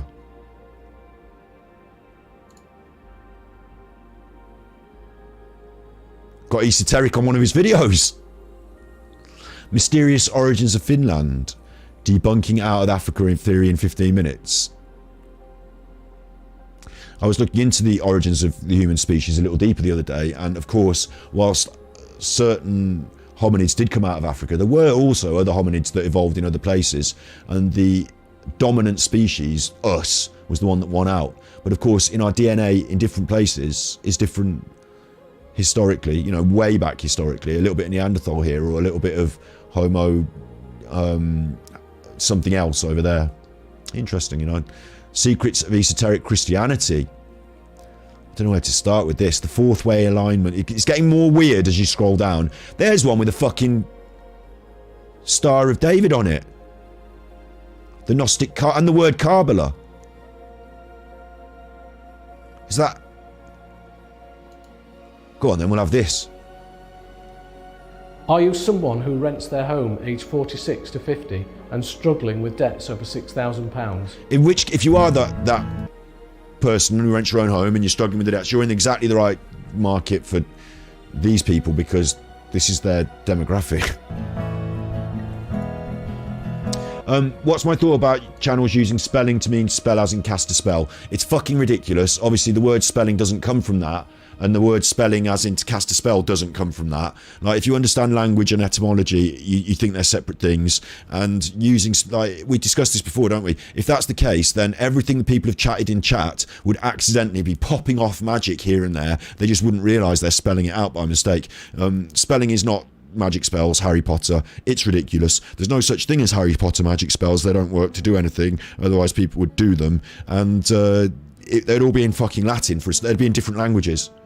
The ancient aliens, the ancient fucking whatever, you know, the ancient angels wouldn't have spoken in common English, not modern westernized common English. So you can't spell magic in westernized English. You can't do it. You'd have to do it in sort of, you know, archaic Latin or something like that. I don't know why Latin. I don't know why magic Latin. It would probably be Arabic, because the angels that came down, you know, if you're going to follow these ideas, or any ideas of this, the earliest dark magics were performed in places like Damascus, weren't they? And, you know, they didn't speak English out there, and the angels Harut and Marut, who gave the ancient magic to the Kabbalah and all these ideas, they involve people who talk different languages as well. So it's fucking ridiculous. Absolutely fucking ridiculous. And we had someone in chat before who was trying to tease me with that sort of thing, and I went off it, didn't I? I said, like, you know, if that's the case, if you can spell magic and all that, then what about shoe, right? I'll do it now in chat. Shoe is an S-hoe, isn't it?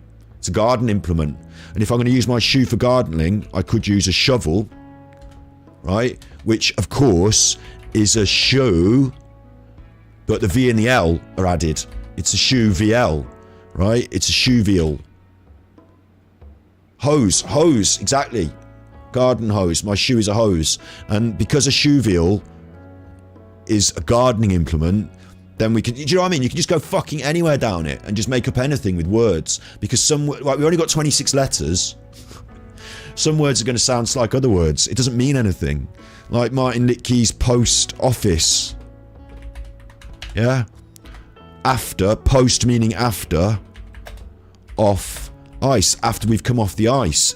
But no, it could also be the Po street, S meaning, or saint, Po saint, Saint Po, you know, like, it can mean anything. You just make up a load of shit. And then the problem is that you then go to etymology and find out where the word came from.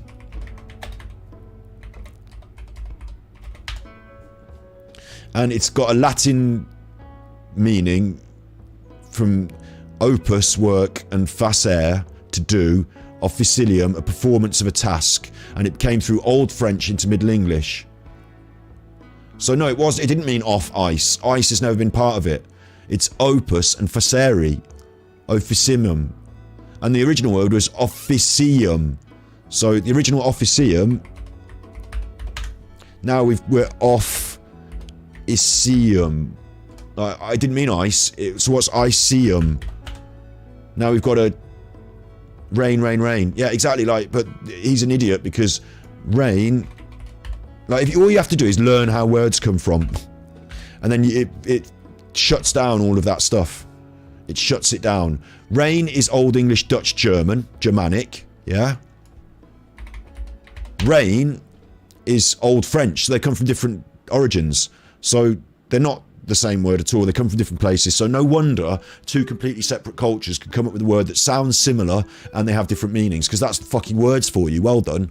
But if you try and make a magic spell out of it, then you've got a problem, because the word means two different things and has two different origins. So now you're casting two different magic spells at the same time because you're saying the word. You can't make it, I can't say rain and you know which one I mean without context. And the context is what builds our understanding of language. But magic doesn't require require context. It requires you to say the word rain, and therefore rain has no context unless it's magic, and magic knows what the context is somehow, even though it comes from two different places.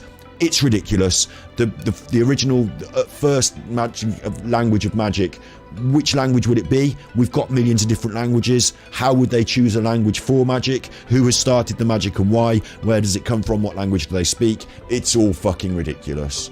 You know, it's the sort of stuff that you can confuse yourself with if you don't understand things. But other than that, it's ridiculous. That's all.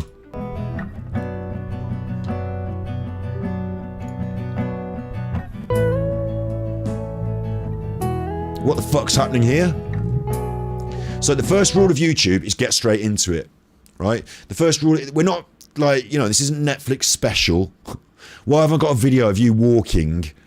I'm supposed to be coming to your video for some information or something. What are you doing?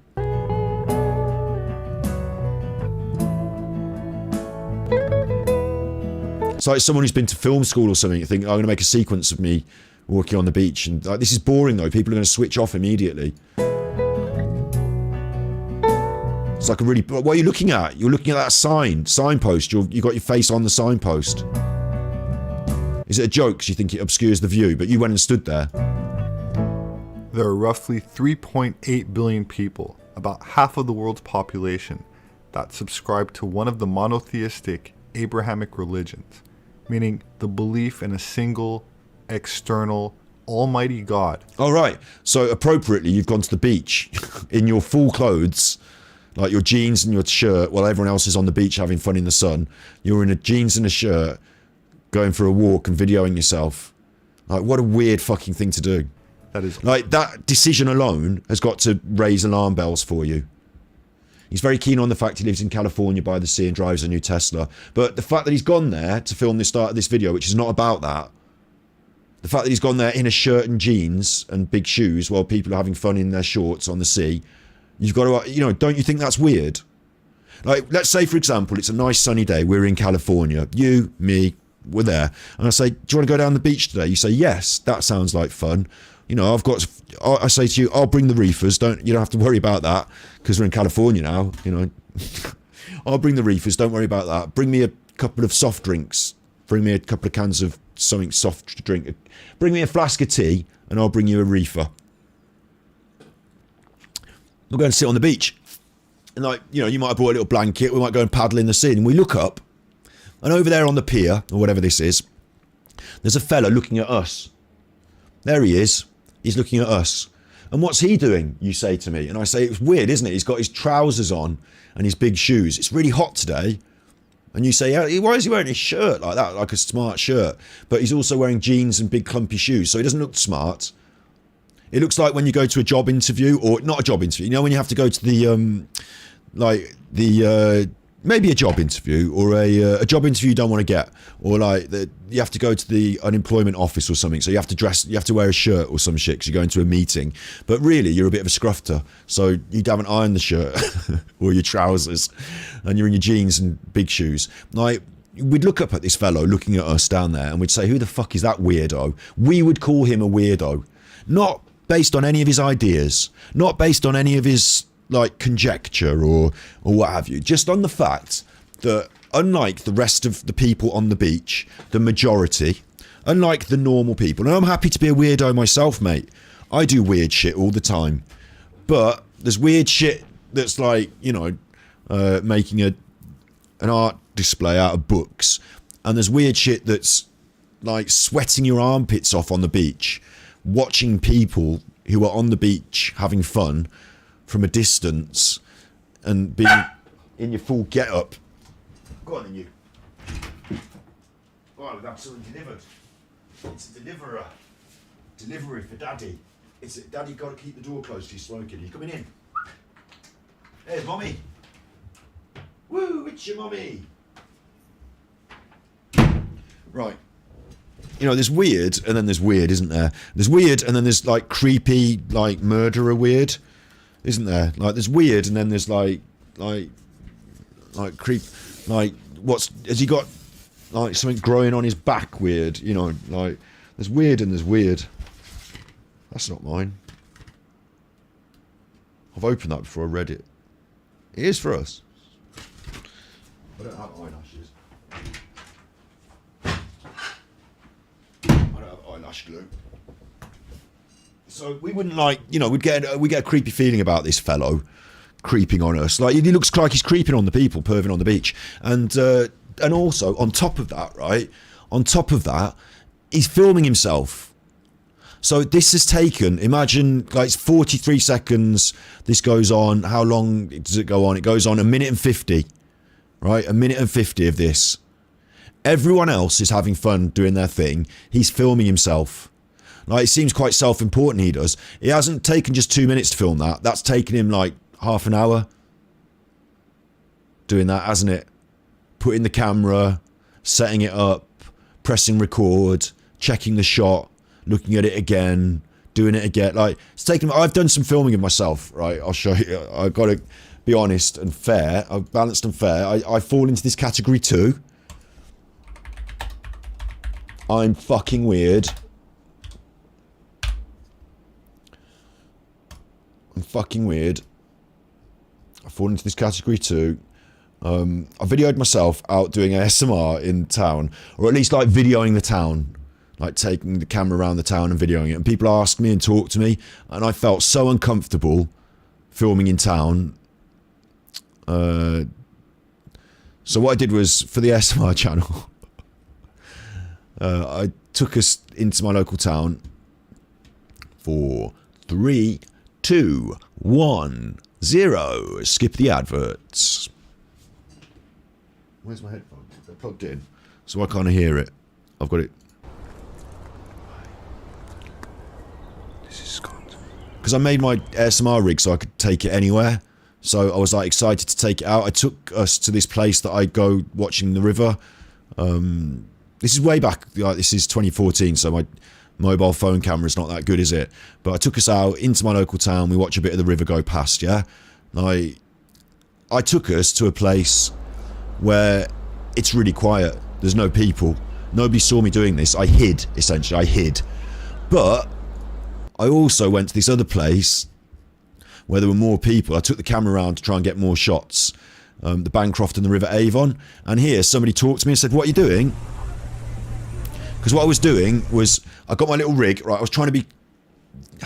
how do I explain this? I wasn't trying to be like, right, everyone look at me with my camera, right? What I'd got is my little dummy head for recording ASMR sounds, my binaural dummy head with its little microphones in its ears on a tripod, and the camera was on its face, like my phone was on its face, so I sort of put it there, and then I just sort of stood there, like trying to act nonchalantly.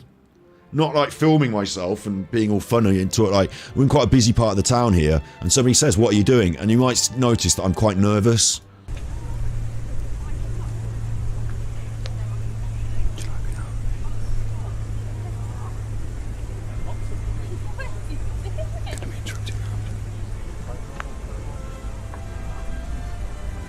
Hi. What are you doing? Yeah, you cutting people's hair? No. Is this your little... That was a head, that's just dummy head. Yeah. So what are you doing now She can then? hear you. She can literally hear you. I'm recording, this is, I'm recording binaural sound for ASMR. I'm an artist. I just say these things to them and I feel really uncomfortable and nervous about it, and I'm actually sticking out my tongue there, body language. Maybe I'm not that uncomfortable, maybe I'm like, no, I've said it, and I'm actually laughing inside a bit because I know what I've said doesn't make sense to them, and that they're not going to know what the answer means. So like, I'm recording binaural sound on a dummy head for ASMR and it's art. Doesn't sound like it makes sense to them. So like, I'm biting my lip here actually. Yeah, I'm nervous, okay? I'm nervous. Whereas this chaffer, he's out there, he's doing like, you know, an hour-long special of himself walking on the beach. Not walking on the beach where all the people are. He's filmed the people as well. Filming the people. I know he's walking and he's here. What is that? What is that?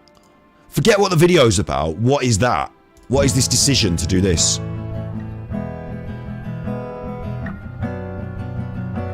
I'll tell you what it's like. It's like something you might do at film school if you're learning to make a sequence. The fades are not particularly... You know, the transitions are not particularly well done. The camera's on a funny angle here. Someone's holding it, aren't they? Someone else is holding that, are they? Or is he doing that in post-production, the pans? But it shook a little bit. So it looks like someone's holding it. I don't know why he's looking at that sign. I don't know what he can see there. I don't know what he can see. He can't see much, can he?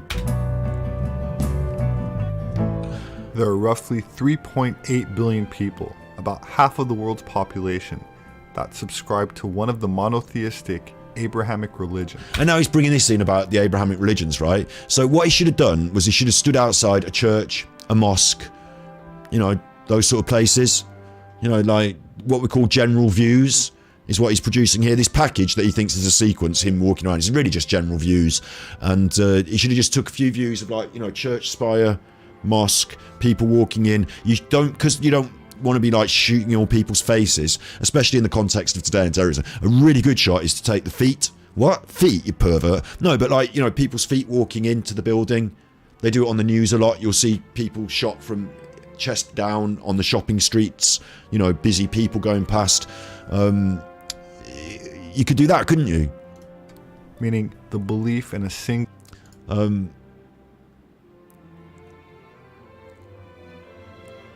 It's for Satan. Ha Satan. He's showing off he lives in a rich place in California. Like, that's fair enough, but if he wants to do that, he should just do it. Like, why is he doing it for this? That's not what this is about. This is like a bad media. Like, what I'm trying to say is that I'm analysing people, aren't I? I'm trying to judge whether I think their ideas are sound, whether they're worth listening to, especially on this Tartaria stuff. You've suggested someone to me. I've never met them before. I've never seen any of their videos. Do I think they understand the world? Do I think they understand things in a... You know, like when there's someone on the street and they're ranting and rabbiting about, and they're like off the... They don't know what's going on.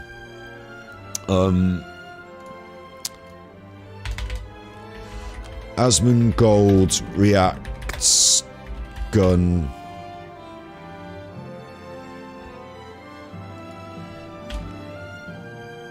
Asmongold reacts. It was the rally. Channel 5.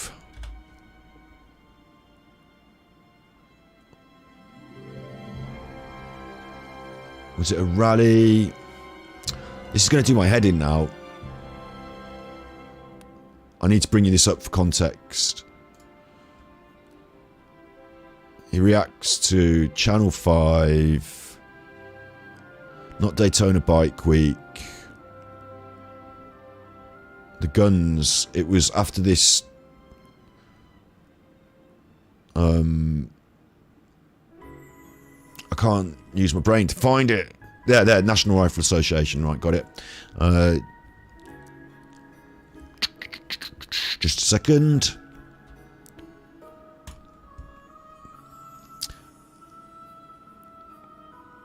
It's this guy.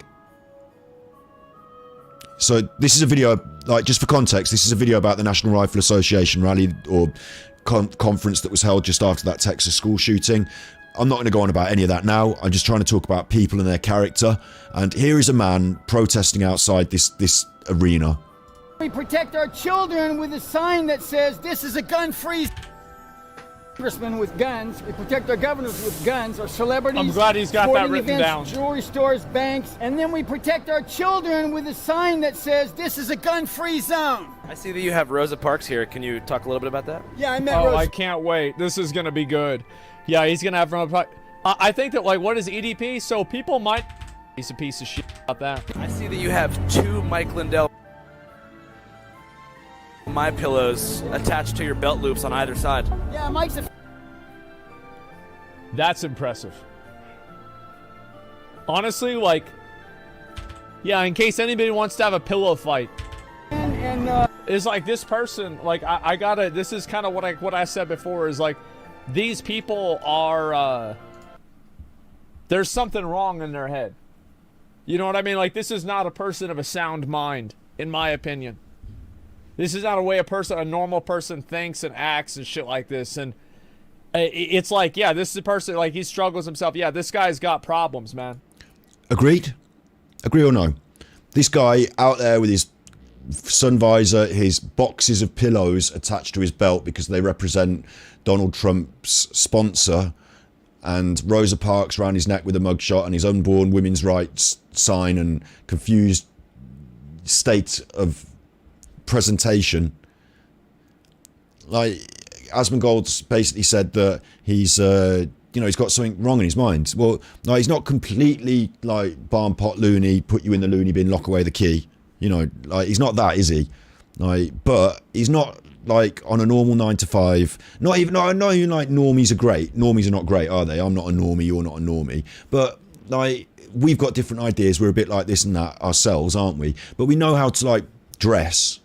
Like, if you're going to a protest, you would probably not take the pillows attached to your belt loop, and you probably wouldn't have printed out your own leaflets that say all that weird shit about guns. Like, was Rosa Parks? I'm not that.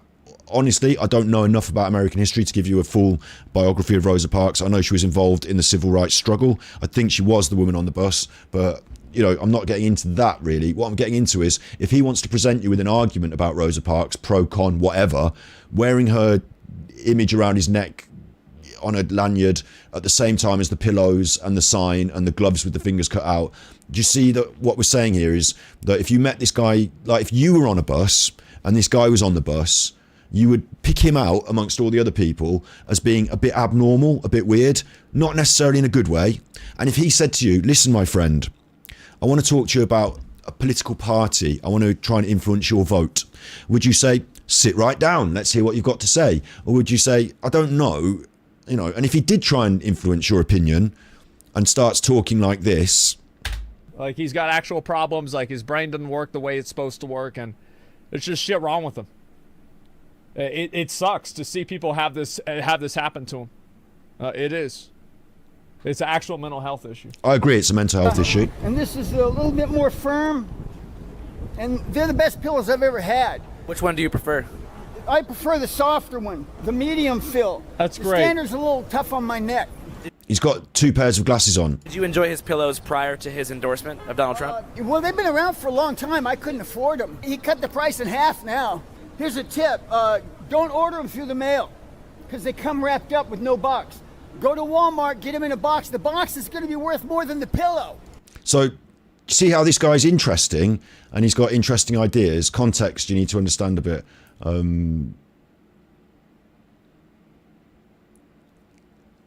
I don't know if you're asking me for context. This is a video.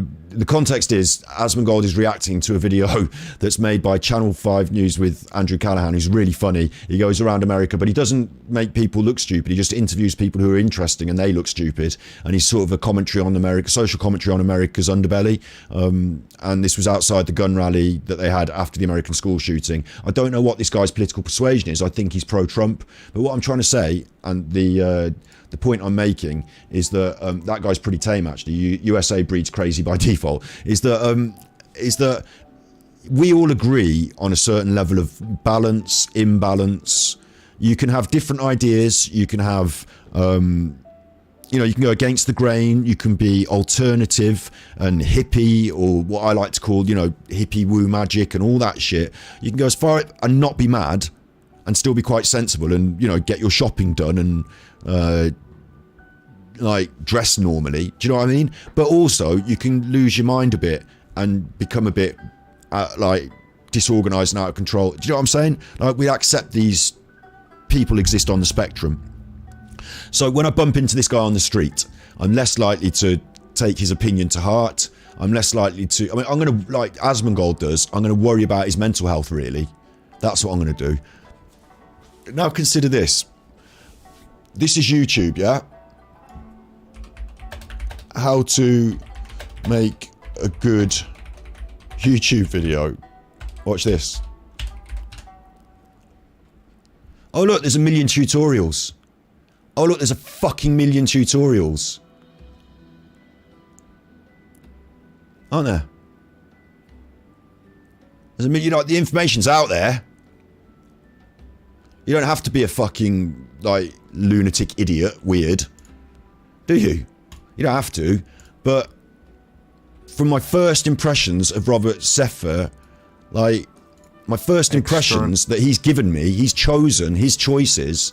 You were asking about Rosa to see where he was coming from. All right, okay. Yeah, I don't know his context about that. I don't know. He didn't give it. That's my point. It's hard to understand him. So I agree with you there, yeah. The point here is the context here is... This is a video apparently about Madame Blavatsky and the Gnostic Kabbalah I'm being presented, I'm looking into. And I've come across this guy and I'm being given a first impression, and it's deliberate. He's doing it to me. He's giving me this first impression. He wanted to do this for the first minute and a half of his video. Totally aware, I assume he's totally aware because he's interested in media production, he's editing it, he's putting it on YouTube. Totally aware this goes against the grain insofar as anyone who's interested in the Gnostic Kabbalah is going to have turned off by now. Percentage-wise, numbers-wise, on YouTube, you've got to keep them in past the first 30 seconds. And the way you do that is you start a YouTube video by saying, today this video is about Madame Blavatsky and the Gnostic Kabbalah. I'm going to tell you where she came from, what she said. What you want to do is create a statement of value. The video is going to give you this information. The video is going to have this value. Stick around to the end when I tell you this particular point, trying to keep them to the end. But once you've said that, then what you want to do is start telling them about the things that you want them to know about. And if you're going to talk about Madame Blavatsky and what he said here about... predates monotheism altogether. Churches and monotheism, and you want to dress it up with some pictures, that's where you start in your editing and your pictures, yeah. First you start with the script, start with the words, and then you think, what could go over those pictures? What could go over those words with pictures? I've got some pictures that I've been researching. I've got some pictures that I've got off the internet of these people. So I definitely want to use... adverts. I definitely want to use those pictures at those points. Are you someone who rents their... 2, 1... Bye-bye adverts. I definitely want to use these pictures that I've been saving up on my hard drive. But what should I put at the start? I'll tell you what I'll do. I'm going down, and Kingston Gergelson says it's because he's trying to show off. Fair enough. That could be his motivation. That's the idea you've got from watching his video. So what kind of motivation, what kind of idea, what kind of mind is producing this?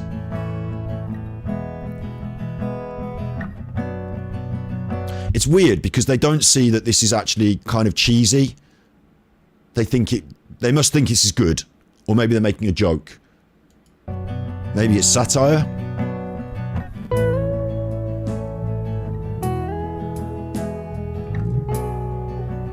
Like maybe he's making a joke about himself. Maybe it's satire. But I have to question this. Like, maybe you don't take the time to have this conversation, but you just watch the first bit of the video and then you let it go and it's just gone into your mind. In the same way as we critiqued JonLevi for putting the swastikas.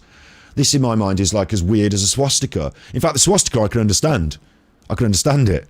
But this, I can't. I just think it's a really bad editorial choice. Like a really bad choice. Not just the things he's filmed, but the clothes he's wearing. The decision to film it. All of them bad choices, yeah? All of them bad choices. Showing off to get taken seriously. Again, I agree with that principle, right? But he's done it badly. Watch this. Amber Heard body language. Watch this. Watch this. Right? Here he is. Here's my dude. I watched quite a few body language dudes. Actually, this is a bad example because he's doing a live. But this one will do. This one will do. This one will do. Full screen. This. Not full screen because I'm on YouTube myself, so I want to get this and just watch it on you. Fuck you. Fuck you. I want one of your normal videos, mate. This one will do. Look, this guy understands exactly that concept that you were saying about presenting, showing off to get taken seriously. Here he is with his quite expensive office chair. He's got books, hasn't he? He's got books behind him. He's got a microphone. He's wearing a suit. Now that guy could have just rolled out of bed like I did this morning. He could be shooting this in his shed. He might not be a serious person. He might not have read any of the books. But that's enough. That's enough. America's very much more like this as well. That's enough, isn't it? So there you go. Boom. That's how you do it. This is not how you do it. This does the opposite for me. This makes me worry about this guy's mentality. He doesn't understand the way the rest of the world see things. He thinks this looks good. When in fact it doesn't look good. He doesn't look smart like this man in his suit. He looks scruffy because his jeans are scruffy and his boots are a bit dirty, and he's wearing a shirt that is creased under. It's not fitted, like it's creased under here where he's a bit heavier and top, and like, so it doesn't make him look good. He hasn't shaved. The camera is not that good quality, so he's not like, it's not a close-up of him, but you can see he hasn't shaved. And the lighting, because it's so sunny and he's not lit the shot, he's half in shadow here, it's not very well lit. You know, it's like a snap of what I did on my holidays or something. It doesn't look that impressive. And also, you don't know that he lives here. He's just there.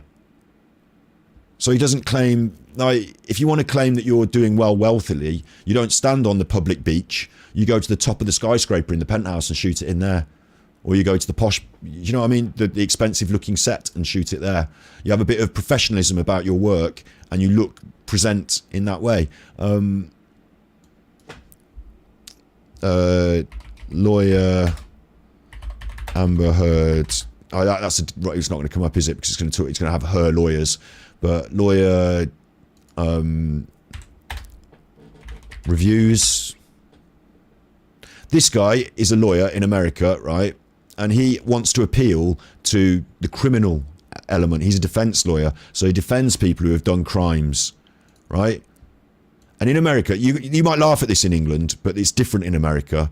He wants to appeal to people that have done crimes. He wants to appeal to a more working class, maybe more Afro-Caribbean ethnicity, because a lot of black people get arrested and threatened with prison, don't they, in America? That's his thing. So maybe he wants to appeal to a certain demographic, let's say. Rivers, he's the criminal lawyer.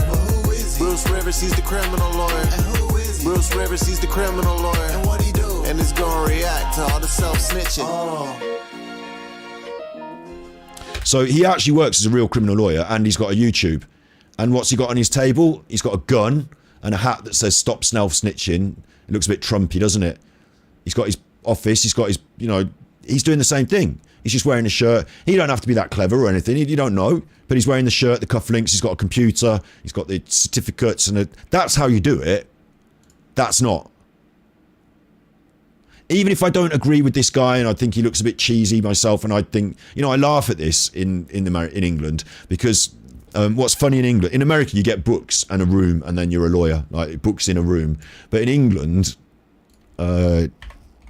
British legal office, because we've got such a much more long and storied history, our legal offices and their books are a bit like, you know, we've got all the wigs and gowns and we've got all this shit going on. Like, our legal institutions are actually fucking old and have that, like, you know, that theatre of imagery around them because they actually are fucking old. Like, they are really, really old traditions and ideas. But in America, they make them up by just putting some books behind you and, you know, trying to look authentic. But there's no authentic history behind it, so it's modern furniture. In the UK, I want to show you, like, inside barristers. I want to, you know, they're not all like this. A lot of them have modern buildings and, you know, work in modern buildings, but a lot of them that work, for example, on the criminal defense or criminal prosecution side, would work in literally, like, you know, more. I can't even see it, you know, but old offices like the Old Bailey. Let's try and find that, the Old Bailey. Like, you know, you go to court in the UK, and some of them are like, you know, more modern buildings, but like the actual criminal trials that take place in some of these courts actually take, I can't see again, it's tiny, but they take place in some really, you know, old buildings that have been around for a long time. So it has that sort of theatre of the antique and therefore authentic, but America doesn't so much, so it's got a different style of theatre. But this guy literally used Bruce Rivers, he's the criminal lawyer. A Lambo, and there he is on stage with a mic, and here he is, look, he's looking serious, and he's doing that, and he's got the rap, and there he is talking to a basketball people, giving some prizes. He's got guns, like, you know, he's creating the image, yeah. So we're all doing that. I personally don't really go for that. My vibe is completely different, isn't it? Although my vibe is still my image, even if I don't try hard. It's that I'm not trying hard. I'm a bit of a 90s grunge kid. Whatever. I could wear a suit. Maybe I should start doing it. But my point is, and I've made it now, so I'm not going to make it too much more heavily, that this worries the chuff out of me. It makes me think this guy is a bit of an idiot. Is that funny? Is he deliberately having a laugh that he can't see past the post?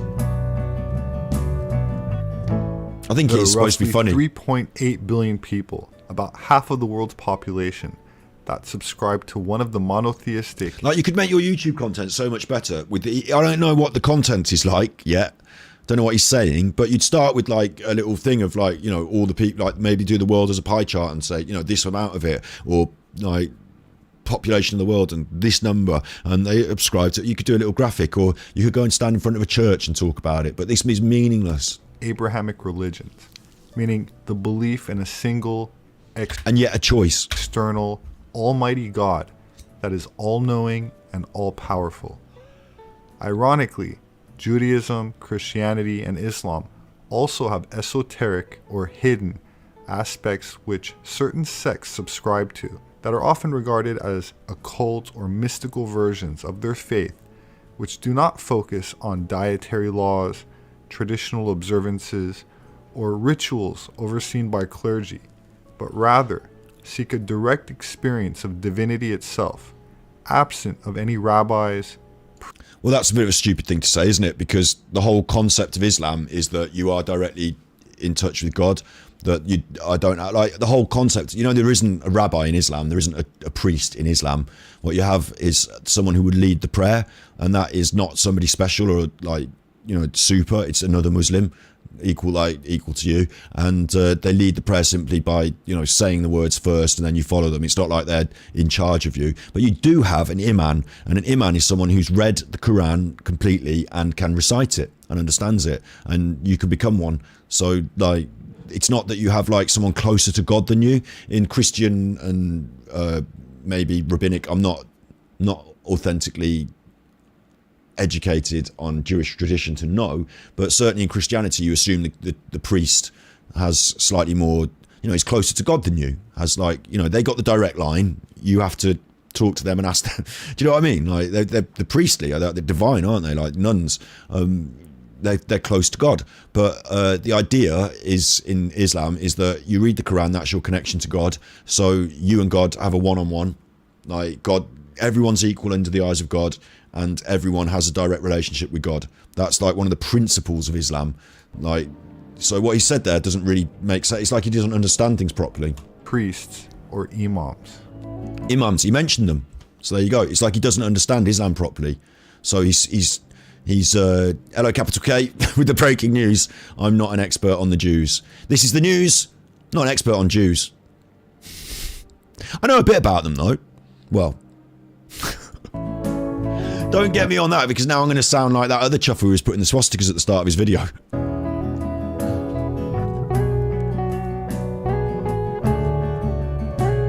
Music choice. And no text here, no context for us, just, you know, so most people in the world follow the world religions, but there are small sects of world religions that have their own ideas, which I may have misunderstood by my description of them.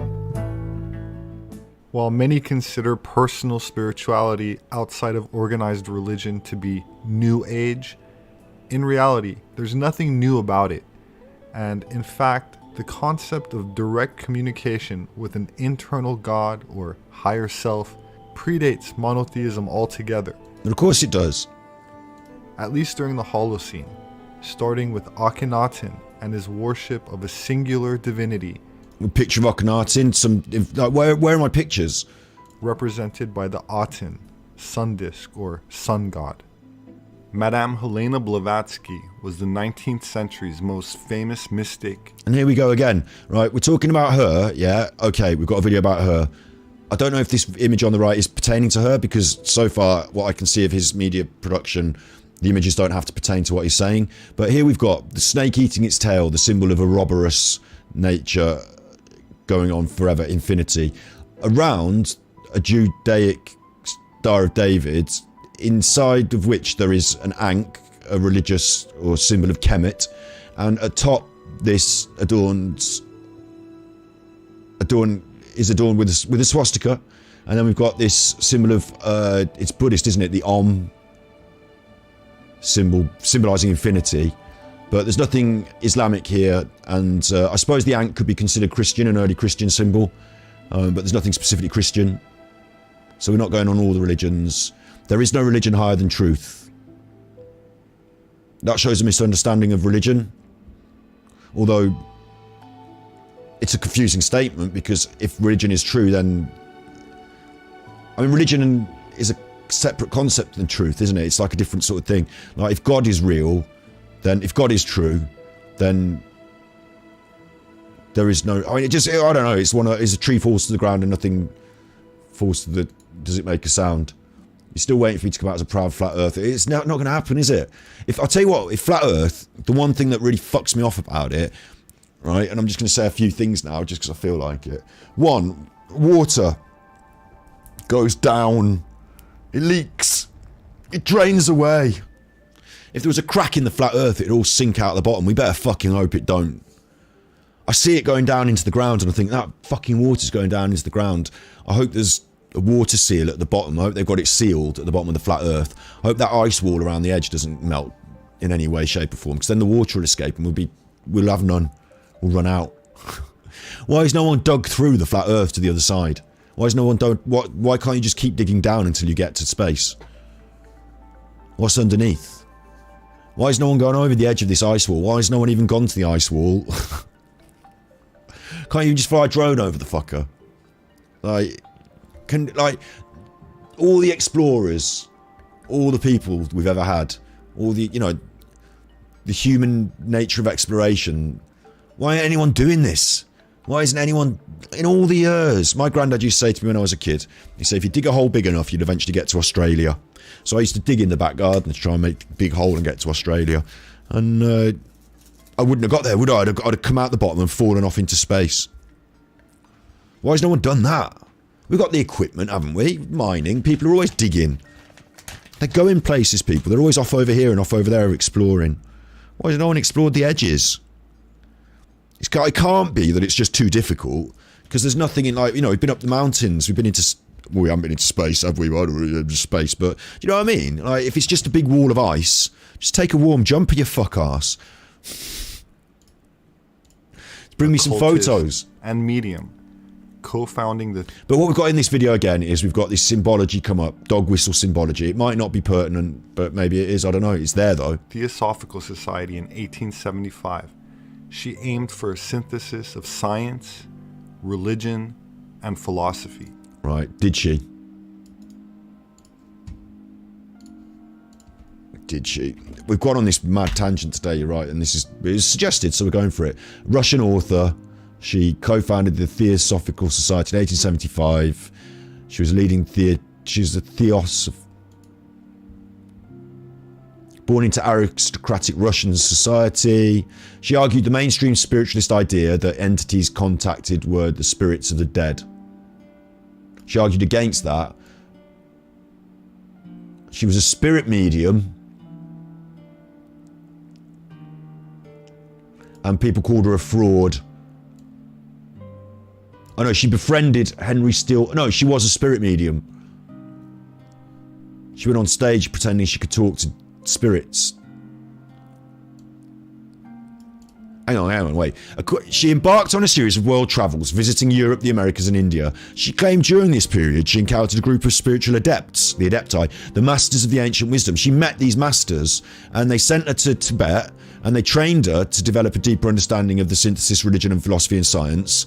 And both contemporary critics and later biographers argued that some of these foreign visits were fictitious. She lied about it. She was in Europe. I mean, do you think she went up to Tibet and did spiritual learning, or do you think this rich Russian lady was actually in Europe eating chocolates? She's an early bullshitter. She's an early bullshitter. She told them that she could speak to the spirits. Ancient Tibetan manuscripts. But only she knows them. They told her the secrets. She was accused of producing fraudulent paranormal phenomena. So during her life, they accused her of being a fraud.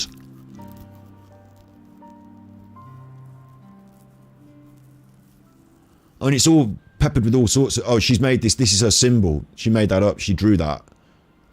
She invented that. Doesn't include Islam, she obviously didn't have much of a perception of Islam, but... It was political as well.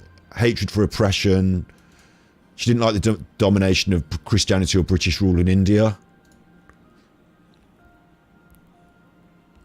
She's a worrying old collection of ideas, isn't she? And there we go. She studied the Kabbalah, the Jewish mystic system, the Kabbalah, which is, and it's more esoteric stuff, more stuff that only the in crowd know. It's a school of Jewish mysticism, and its definition varies. It's about mystical interpretations of Judaism, sacred texts, mystic teachings, ancient Jewish, the Kabbalah. It's one of these things that people get in their conspiracy theories about and say is running the world, the Jewish Kabbalah, isn't it? With their magic. Ancient Judaic Kabbalah. So she's in all that. Go on then. Blavatsky taught that within each individual human, there is an eternal, divine facet, which she referred to as the higher self, or inner God, and that uniting with this higher self results in wisdom. When she says wisdom, she's not referring to the kind of knowledge that one acquires through reading books. It's interesting, isn't it? Because it's so vague that you could sort of say, well, yeah. Like even today, psychology, you know, we talk about the ego and the superego, the id, ideas of Freud, built on by Jung. You know, we talk about the ideas of self-talk and stuff like that in depression. Yeah, you know, higher self, whatever. I mean, there's different ways to term it and what have you, but... you know, it's interesting, I guess. And what's interesting as well is that this guy's not claiming these ideas for his own. Maybe he's just telling us about them, so I can't diss him that much. You're reading Wiki rather than her work. Yeah, I am. I'm just getting an overview from Wikipedia of what the general consensus is. You know, what's good about Wikipedia is that, you know, people can verify what's been said on it and they can change it if it's wrong and stuff. Some people think it's bad, but I actually think it's good to get a general perspective that is overall accepted. But there's so much here, I couldn't start, could I? Even just on the wiki. And then I'd have to read her own stuff. You know, maybe she's got some interesting ideas to share. Maybe she had some interesting ideas. But she was also considered to be a fraud. And I consider people who pretend to speak to the spirits to be fraudulent. Or either fraudulent or psychotic. So, like, there's a lot here to dig into. You could probably draw out some things that are quite valuable and useful, and you could also probably write off some of it as her own selfish, narcissistic, I don't know, man, maybe she just went on a bit of a mad world trip and, you know, lost her marbles a bit. I don't know. I certainly don't think I should follow her into the jaws of hell. She seems to be a bit confused in lots of ways as well, doesn't she? But rather, it is defined as a divine intuition, sixth sense, or inner guidance that is most commonly acquired through entering into an altered state of consciousness. The term for this practice is called mysticism, where one surrenders the ego through various techniques and merges with what some refer to as God. Well, two interesting things here. Jung did much the same as Bach. Fair enough. Like, you know, I'll take a with a pinch of salt though from what I just read, but interestingly she's doing similar sort of work, but she's not doing it in a similar sort of way. You know, she's not doing it with the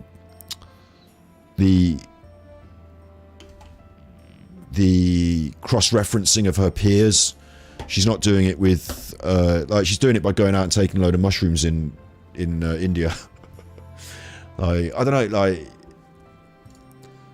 I don't hate the Kabbalah. I don't mind the Kabbalah. I just don't think it's running the world like people think it is. Sufism's the same. All right, well, I'm a Sufi, so there you go then. Fuck it. Maybe she's brilliant.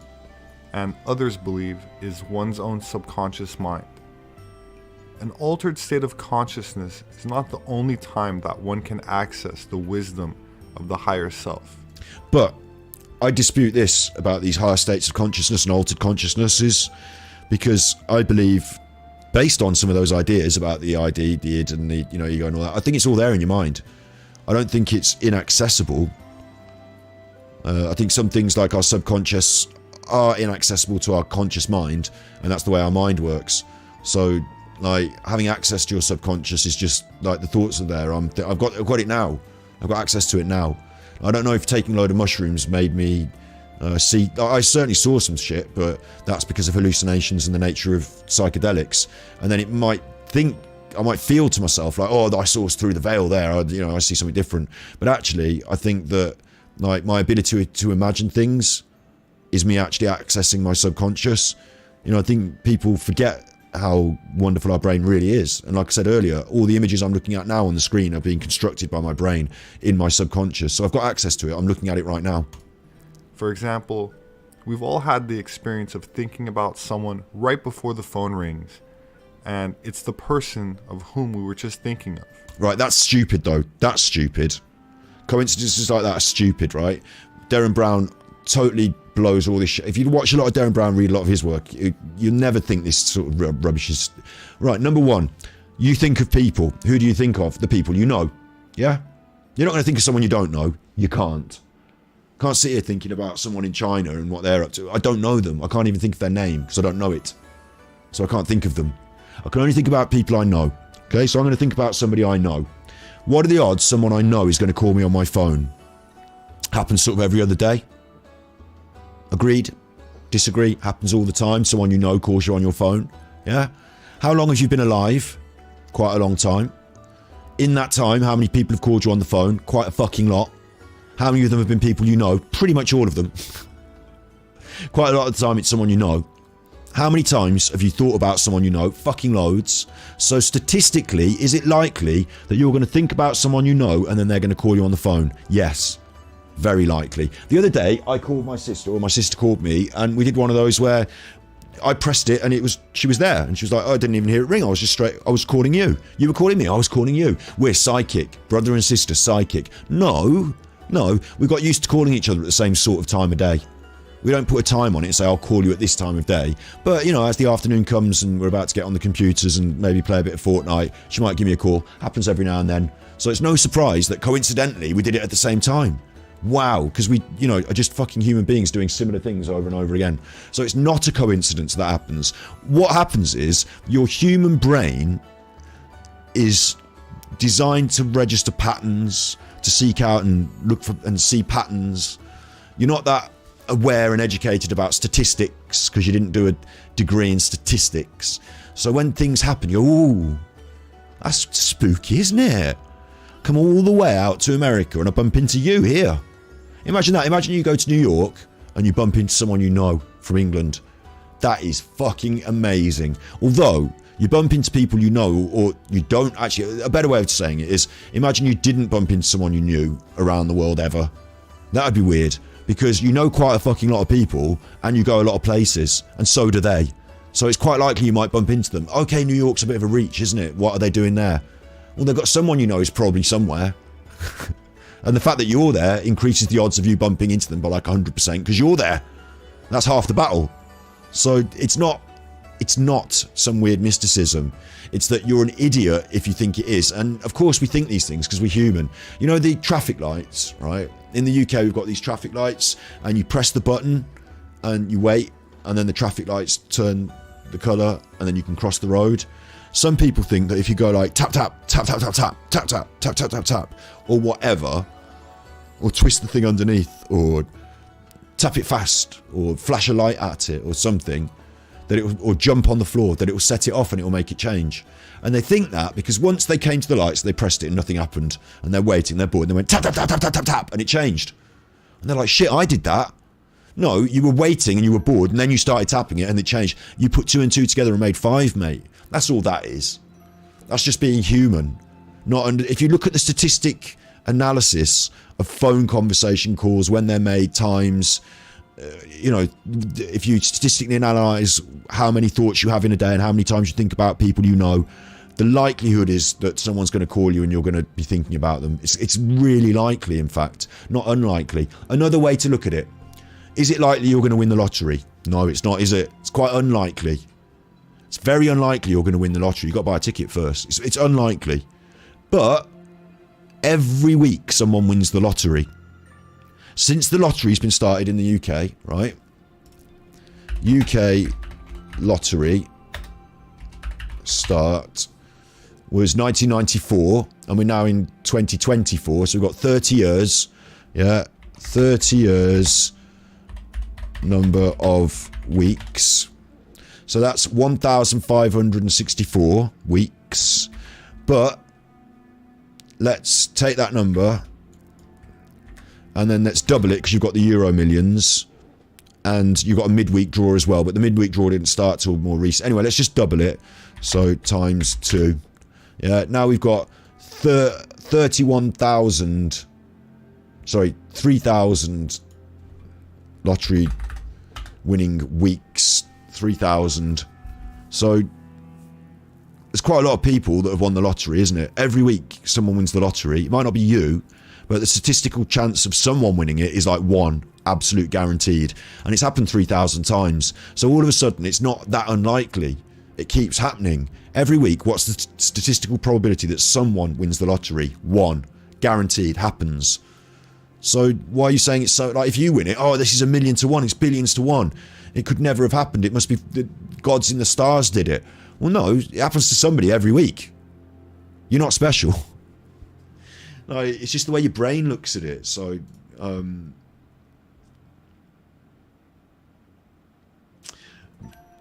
people are talking in chat, which is good. I'm happy for you to talk to each other, because I can't follow it all the time while I'm rabbiting and ranting. But or during a meeting, an idea occurs to you, and in the same instant, someone else says to everybody that which you just thought. Again, do you all have access to a shared consciousness space where the ideas exist, and we've both got the same idea at the same time? Or is it that, for example, first of all, someone invented a wheel, and then someone else invented a thing that you carry things in, and then we sat around as a group and we looked at that, and 2 people at the same time said, put the fucking wheels on the carrying thing, and they invented the trolley.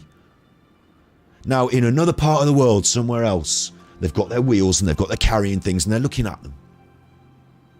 Now, is it a far reach? Is it a far reach to think that, being that we're all similarly built, we've got the same sort of computer brain, processor, you feed in the same informations, is it such a reach to think that we would churn out the same answers?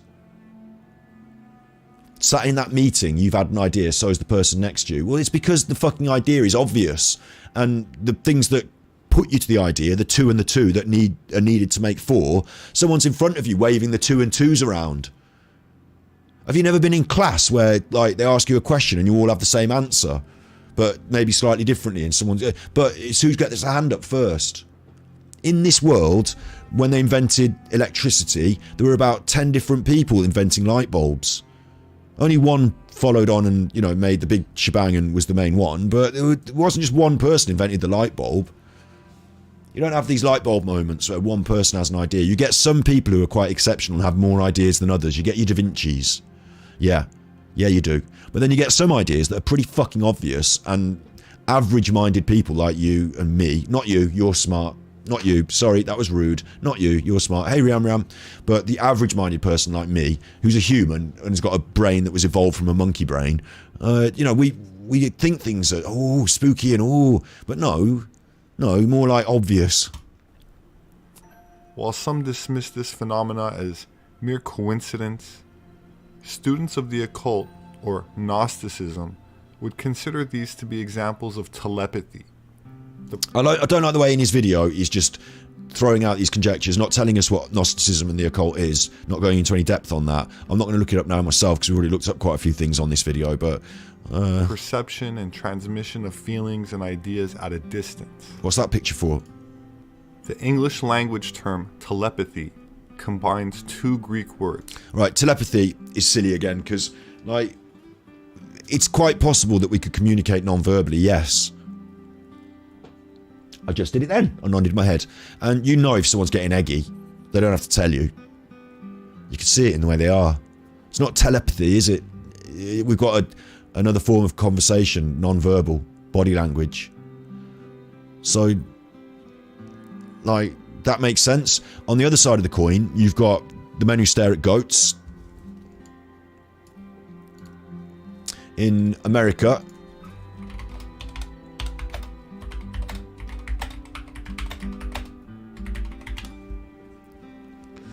you had military teams training on and experimenting with psychological or esoteric, I can't get my words out now, you know, psychic techniques, running through walls, cloud bursting, killing goats with their mind. And, you know, after all their tests and trials, they abandoned it because it didn't work, because it's rubbish. So look into that at your leisure. They wrote books about it.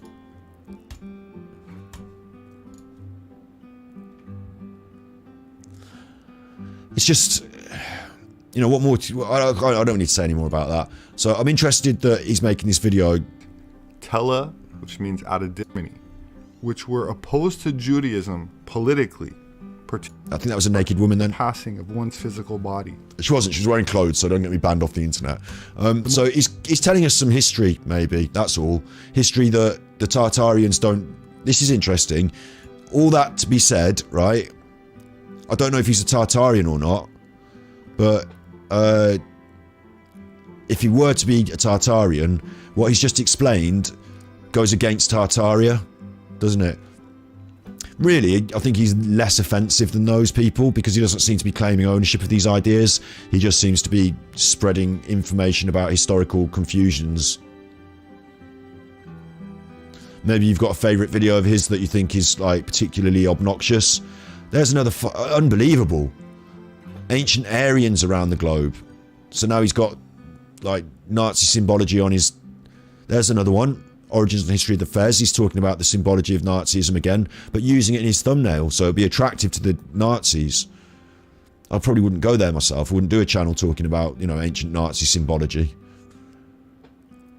I don't know, man. It's an interesting YouTube channel, though. It's not full of shit, necessarily. At least it was factually researched. You know, those things that woman said, she actually said. What she said, though, I don't know if I believe in, but we'll put him on the back burner. What's his links? Amazon Books, he's selling his books. Patreon, he wants that. I've got a Patreon as well. Instagram, his YouTube, and what's that final one? Links.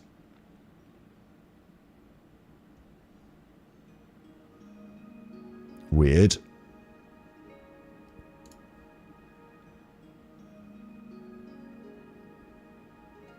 I'm denied access to Truth Social. He's making his own app. We'll fall into some dark world problems there, won't he? Because he'll be responsible for it. Oh, this is another one of his channels, look. He's got a different channel. Ah, this one's the one full of shit. Fallen Angels of Atlantis and Archaic DNA. Legendary race of Cyclopses.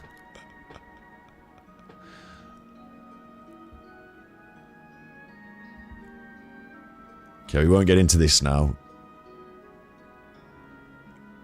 He loves that sort of shit though, doesn't he? This is the sort of shit that people lose their minds to. And he's got that same video on this channel, Iran, Land of Ancient Aryans, but he's changed the name of it. Weird. Double dipping, look. There's his books. Gods with Amnesia. Species with Amnesia. Occult Secrets of Vril. And 1666, Redemption Through Sin.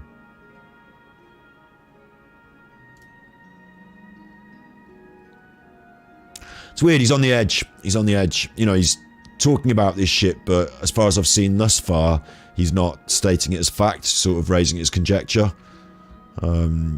But it is like, there's lots of shit here, isn't there? There's lots of this shit here. Didn't know I'd be digging into him today. I don't discount anything out of hand. Yeah, I don't discount anything out of hand, I'll tell you what, you're right there. But I do discount things in hand. I can know about. I think I'm going to throw I don't want to subscribe to these people. I want to keep an eye on them, so I'm going to throw a subscribe there. But don't you do that. Who's next on our list? We've done... I haven't done Martin. Let's finish with Martin. Because we've been on for 2.5 hours now. Let's quickly have a look at Martin. 20 hours ago, Martin was online. Hiya, Flat Earth British. Is that a haircut? Martin Liedtke speaking. Welcome back for a new post. A quick post today and an exciting post. We're going to look into whether it was feasible in the past. This was premiered, not live. So, interesting, but I'm yet to join one of the lives, aren't I? For engineers to actually construct, in the ancient world, a tunnel under the Atlantic Ocean, connecting both worlds. What? We're going to look into some... You think ancient people might have been able to tunnel under the Atlantic Ocean? I can tell you now, categorically, no, they couldn't. No. No. And why the fuck would they want to? It'd be a fucking nightmare, wouldn't it? I mean, actually, saying no, maybe we had pyramids built in the ancient times. Maybe you could make a tunnel, dig it out, shore it up. But one problem amongst the whole tunnel, and the whole thing's fucked because you've got the whole ocean pouring in on you. Wales to America. Well, why would you fucking bother with all this other shit then if you'd had a tunnel all this time? Would you? And also, would you go in the tunnel? I wouldn't. I'd be worried about that. But why would you bother with all these planes and boats and messing about? Indirect evidence that this could be a possibility to me. I don't know if it could be a possibility. Hang on, before it goes on, I want to just know if it's a possibility in general. Could we tunnel from Wales to America? I mean, you'd start in Ireland, wouldn't you? Anyway, because it's closer. Will there ever be a rail tunnel from UK to America? Someone's asked. Only in fiction. There was an alternate history of the American Revolution in a book where they talked about doing it, laying trenches along the surface of the ocean floor. The problem is, it would cost so much it wouldn't recoup its costs. So that's not the one I'm asking for.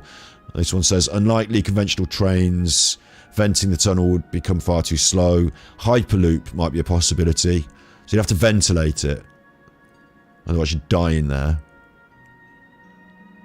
I want to know if, physically it's possible, just full stop. Thousands of miles, there'll need to be ventilation across the Atlantic. And you've got the European Atlantic plates crashing into each other.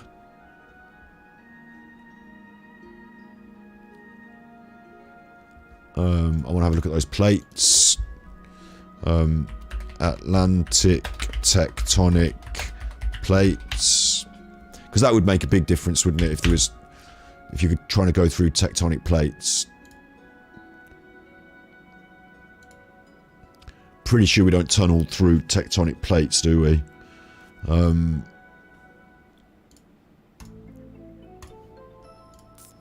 So there you go. That's a huge problem, isn't it? Like, you're going to tunnel from one tectonic plate to the other. And this is really just my loose grasp of geography and... what's the word? Geology here. So, correct me if I'm wrong. But as the two tectonic plates shift, then the tunnel will shift. Like, not at the same rate. One half and the other half will be different. Down the middle of the line will be like a problem. So all of us over here, we're on this tectonic plate in Europe. And all of America over there, they're on that tectonic plate over there.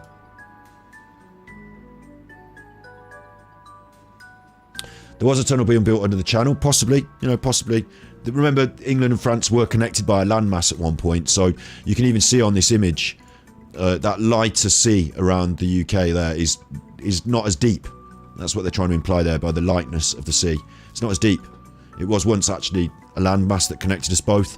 So it's a lot easier to tunnel through. But the depth of the Atlantic Ocean... So we've got the one argument here is that there's the tectonic plates and that they're moving away from each other. So you've got a problem, yeah? You've got another argument which is you'd have to ventilate it, and I don't know if ancient technologies, whilst they might have had the stoneworking ability to dig a hole and shore it up, I don't know if they'd have the ability to ventilate it. It's a question. And in order to ventilate it in a modern technology, we'd probably have to dig a hole up and then up with a pipe at some point, I think. I don't know. The other thing that I was going to ask was the Atlantic depth. Quite like to see it on a depth chart. I mean, this is probably a reasonable indicator. No, it's tiny.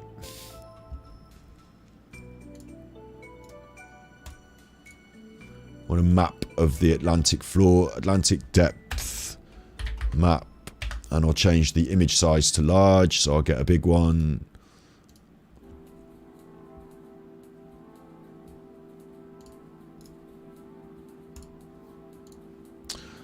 It's interesting, isn't it? You've got a bit of a mountainous sort of structure, but you can see that tectonic plate down the middle, can't you? And the break in the lines and how it once was. Look here, you've actually got an actual shift in that line, haven't you?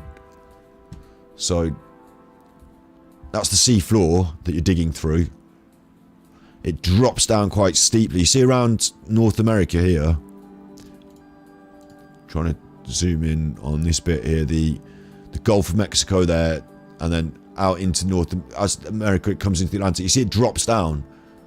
There's like a shelf and it drops. That's called the Somme Abyssal Plain. There.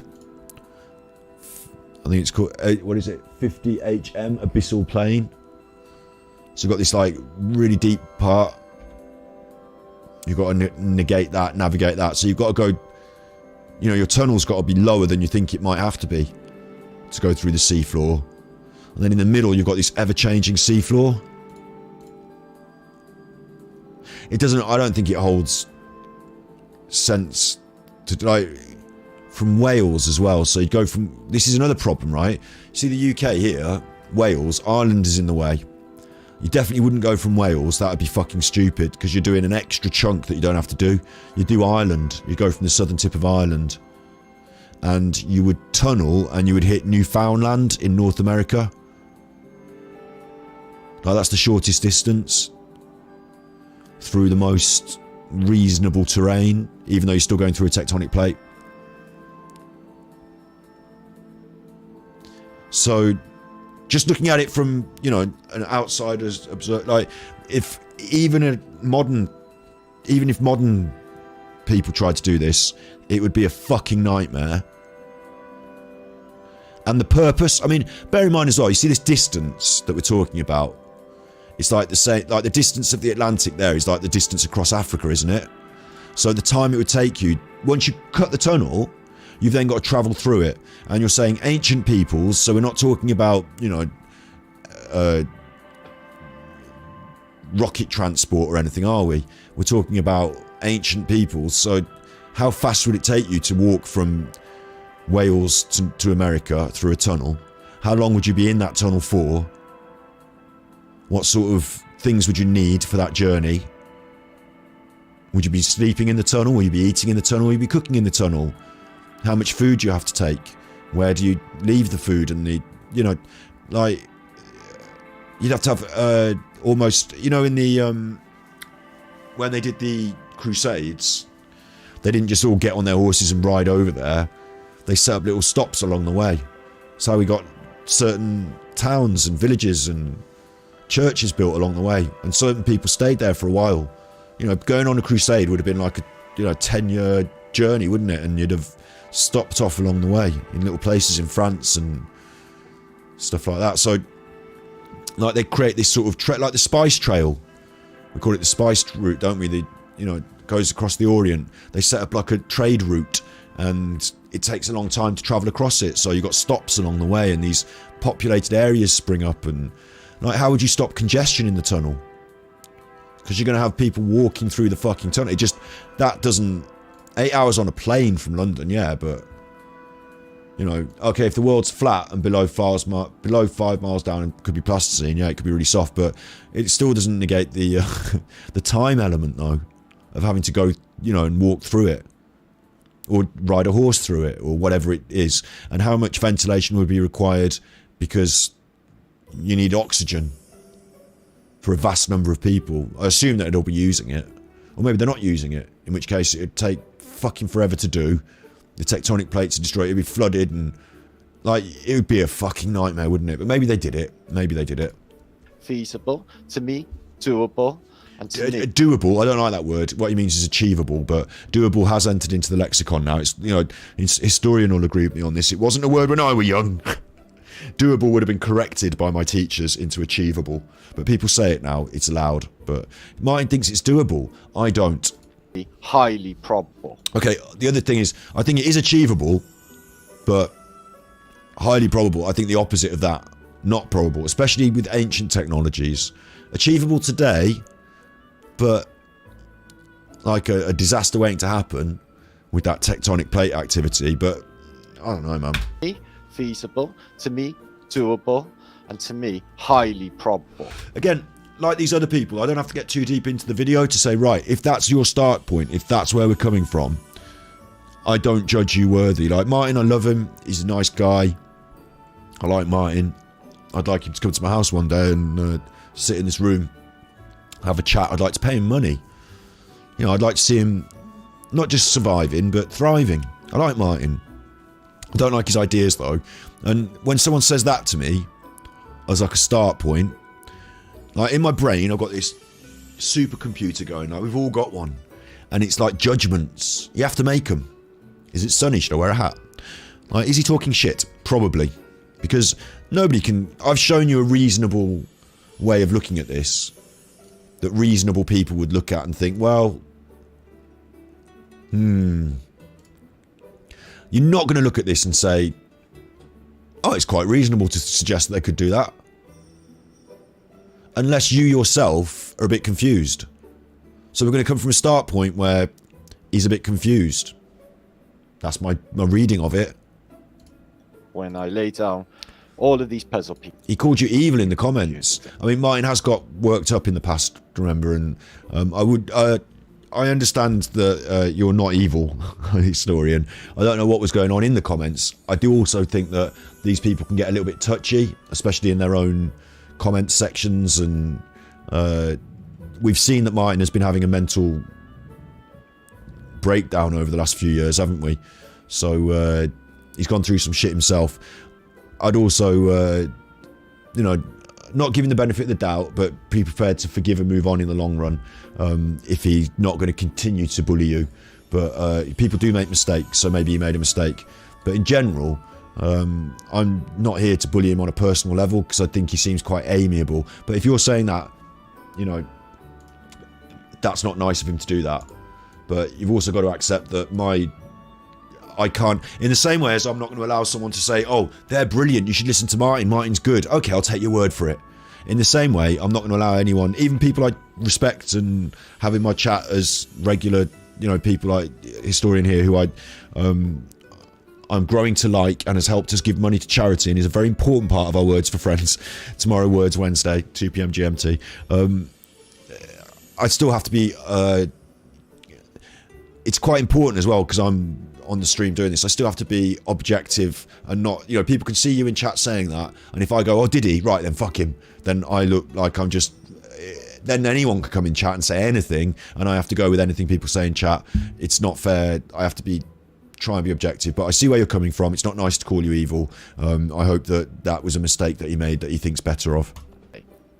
Good to see you all. Double flat thumbs to infinity thrice. I will be back on Saturday. I'll give you a rundown on everything that's happening in Flat Earth British on this post.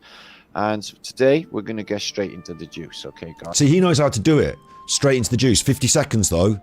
50 seconds. But at least he's already mentioned the main thing, and he's told us what's coming up.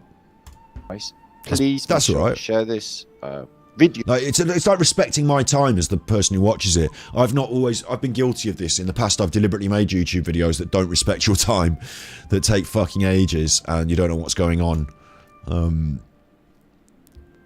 This though, I hope you can watch this after it. Like, if anyone in there likes to get themselves all, you know, relaxed of an evening. Cool.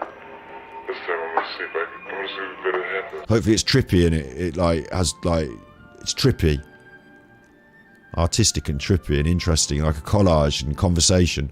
Anyway, doesn't respect your time though. It's fucking 12 minutes of this, mate. It was awesome. It was really, really great. What else can I tell you about this trip? Actually, I could use some of the Tartaria ones in future collages. Anyway. Yo, presentation, and like it if you did. Thank you. So we're going to start here. Are you Scottish? Fiery. Careful with how you spell that, because you could set off a magic spell. Is it feasible? Was it doable of the engineers of what they say the 1800s were? Oh, the 1800s. We're not even going ancient. The 1800s. Well, then absolutely fucking not, no. Because they were on the border of something great, but not quite up against... Like, I know about engineering because in the 18... Oh, this is going to blow his mind. Like, my ancestor was an engineer in the 1800s.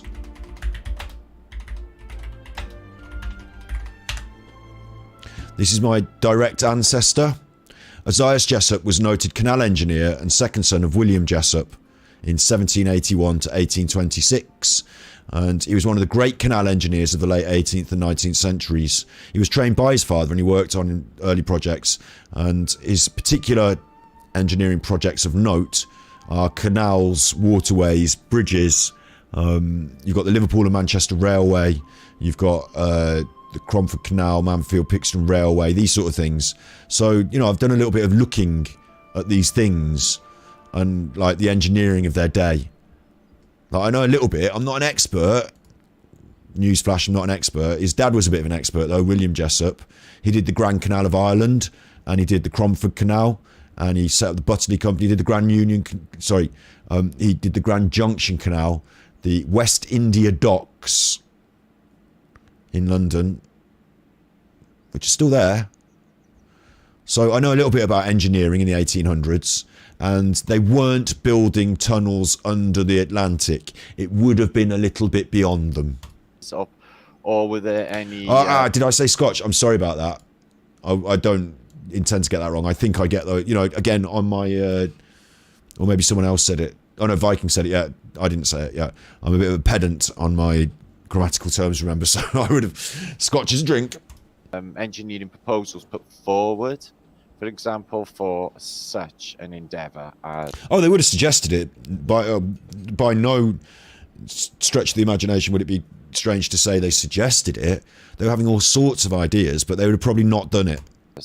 A transatlantic tunnel system. Well, bearing in mind as well, this is the new world just being established. So transatlantic tunnel system, transatlantic cables. Yeah, we're interested. We're interested. But are we up to doing it? Not yet. Has Tesla communicated with his radio waves transatlantically? Not yet. No, we haven't even got radio waves going across there yet. No. And would we need a tunnel? Well, we're going to be building some stuff out there, so we probably want some materials out there for building. Oh shit, there's fucking loads of them. Do we need a tunnel? Well, we've got these boats, and on the boats there's millions of people, so they're already over there. So they don't need a tunnel. The boat's on its way back. Should I start building a tunnel now, or should I just get on the boat? I'll wait for the boat. Do we need a tunnel? No. So it would have been unnecessary. It would have been strange, because it wasn't all built up and finished yet, America, was it, in the 1800s? It wasn't finished. It was on its way. It was well on its way. It wasn't finished. Not like it is today. So, like, all bets on the tunnel? I don't know. Maybe not. Maybe not. I think you're going to find a few surprises. Hopefully. Hopefully, Martin. Buckle in. Here we go again. But I've already done, like, 3 hours of my video, Martin, so I'm just going to skip on a bit in yours, because this is some tunneling.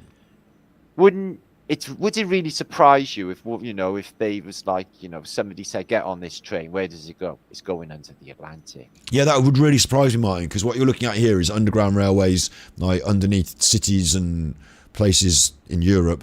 Like, they're not as far down under the ground as the Atlantic. It goes much further. You drop off this shelf, and it's, like, dropping down. So you'd have to do your tunnel like you normally would, but you'd have to fucking go really deep. Really deep. So it's different. Like those trains that you get on in the underground in London, or, you know, anywhere else, they're not going to go that deep. They're not anywhere near that deep. It's quite difficult to get that deep. Stationed Assyrian, but fact still remains, it's a tunnel. Look, that looks a bit like a tunnel. It could be an arch. An entrance, and it is full of mud. Full of mud. But looking at how low that down, high up, low down it is, it's not anywhere near deep enough for us to be tunneling under the Atlantic with that. Like the first thing you'd do, probably, I don't know, if you was, where are you starting even, where are you starting? He said Wales, didn't he? Wales would be, you'd have to go this way, and you'd want to hit Newfoundland here. You don't want to keep going past there to North America, do you? Like, you want to hit as close as possible, Newfoundland. So from there to there, you tunnel across, and what you probably do,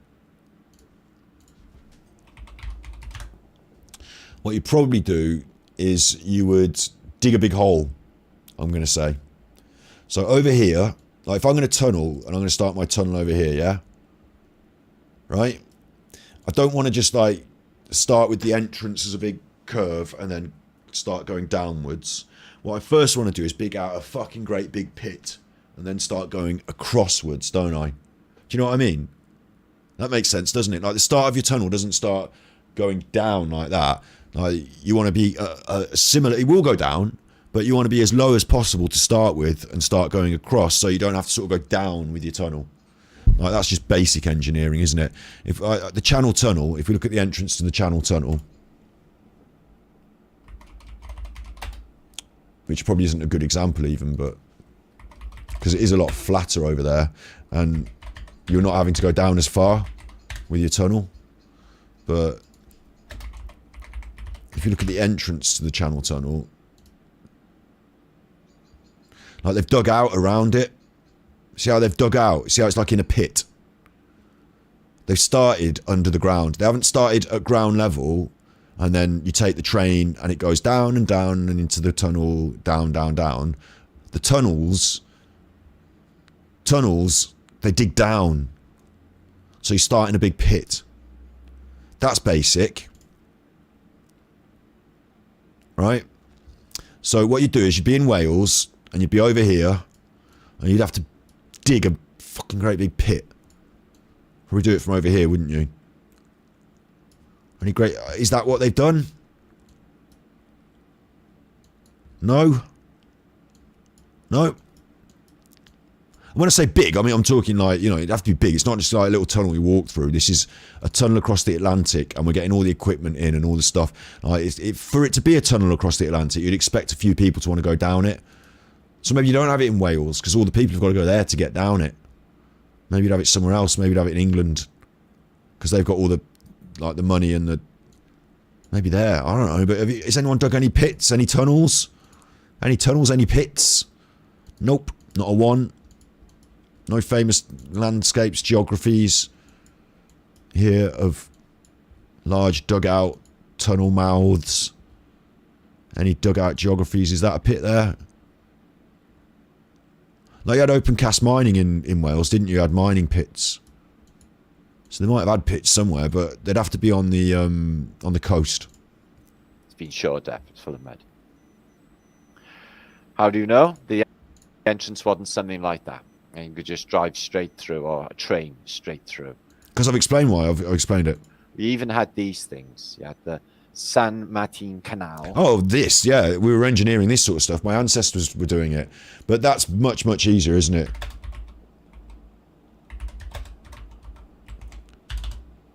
Canals, they're quite, like, in terms of, like, what you're digging out and the vast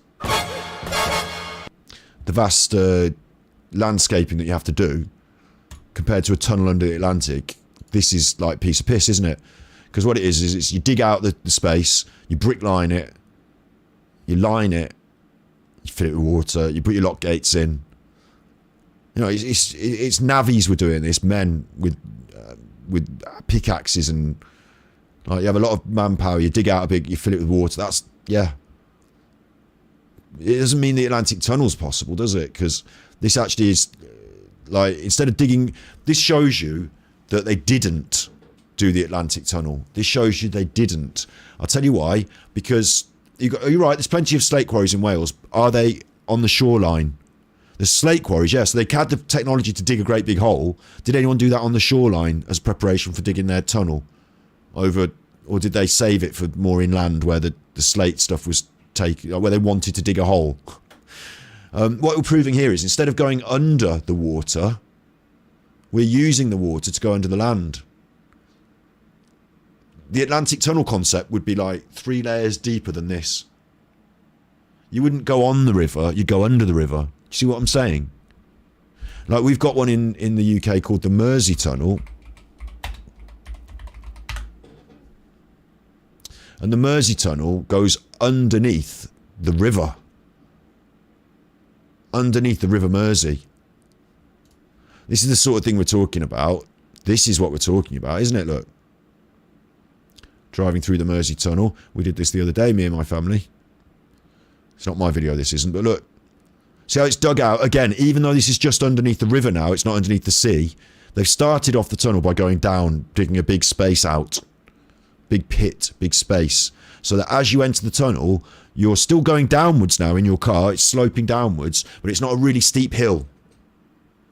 You want that incline to be shallow as you enter the tunnel. We're already at underground level here. Already underground level as we enter the tunnel. And then at this point, we're going to start hitting under the... Actually, we're still going down a little bit. Now we're underneath the river. We're underneath, essentially, the water. So this is what we're talking about with an Atlantic one. We'd do the same thing for the Atlantic one, wouldn't we? Except no, because as we saw on this, you've got to drop down an entire shelf. Once you get past see how it drops down in the middle and you've got that tectonic activity, you've got to dig under all of that. So where the land falls off this shelf, you've got to go lower than that. It's very low.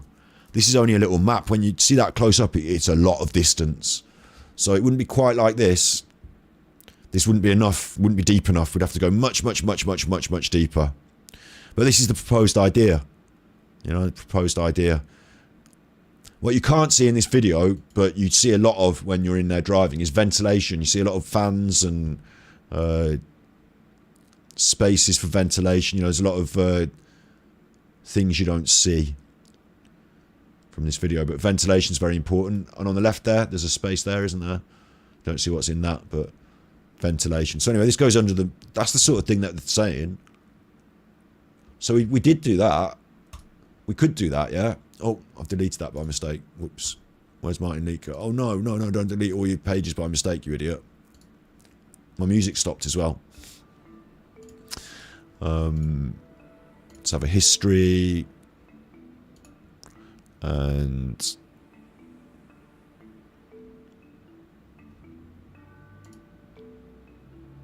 Where's Martin?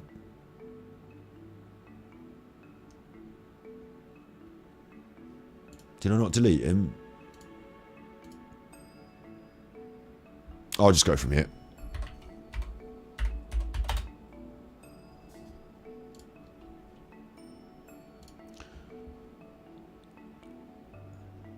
Canal. Pennsylvania to Wales. Hang on, he said Pennsylvania in his title. Let me just see this.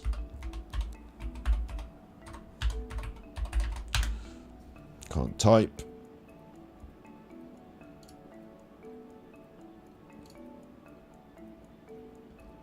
Well, no, that wouldn't work. Look, he's got it wrong. He's got it wrong. Pennsylvania there, look.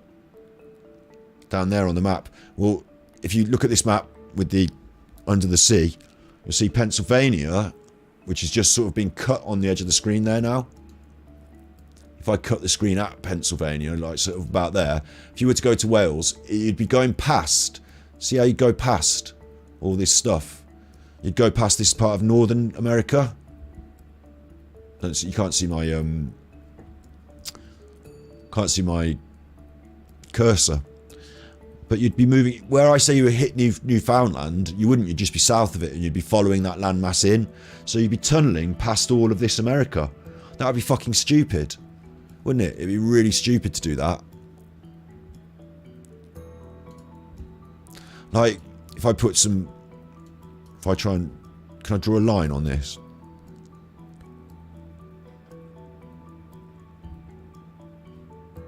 I might go back to paint.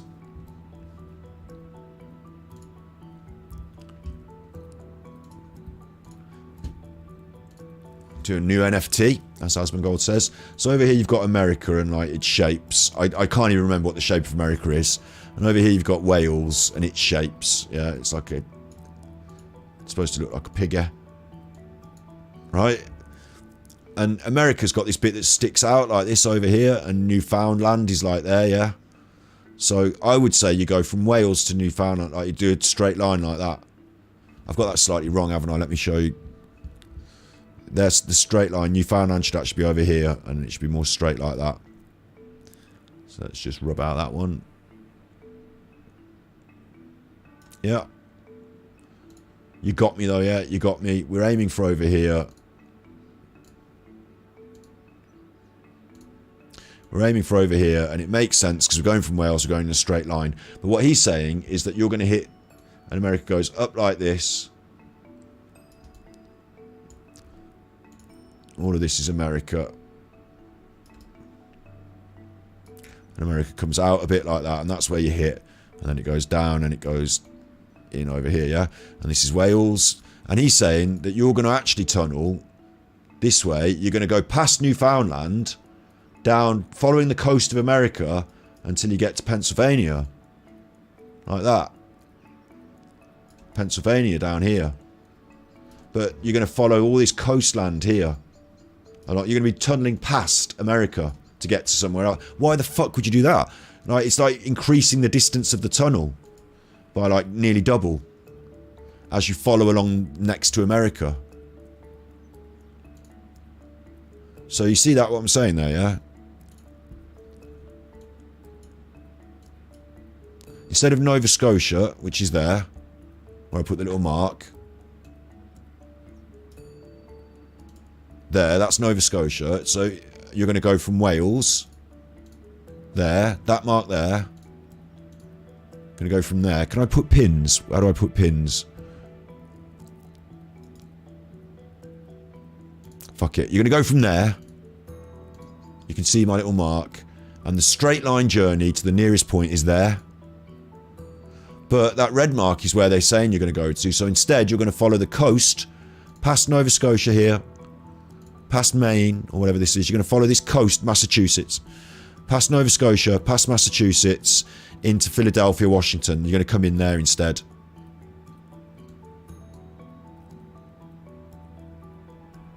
Not Washington, D.C., which is up over here. Isn't it? Yeah, Washington, D.C. is over there. It's confusing, isn't it? But why would you do that? You've wasted all this tunnel going past Nova Scotia, going past New York even. I suppose New York is in Pennsylvania, so maybe they're going into New York. You'd follow it along the coast, though. You wouldn't. You fucking wouldn't. I'll tell you what you would do. Is you'd hit this first bit of land, and you say, thank fuck for that. It's been fucking ages in that tunnel. I'm coming out of that now. And you'd go along the land.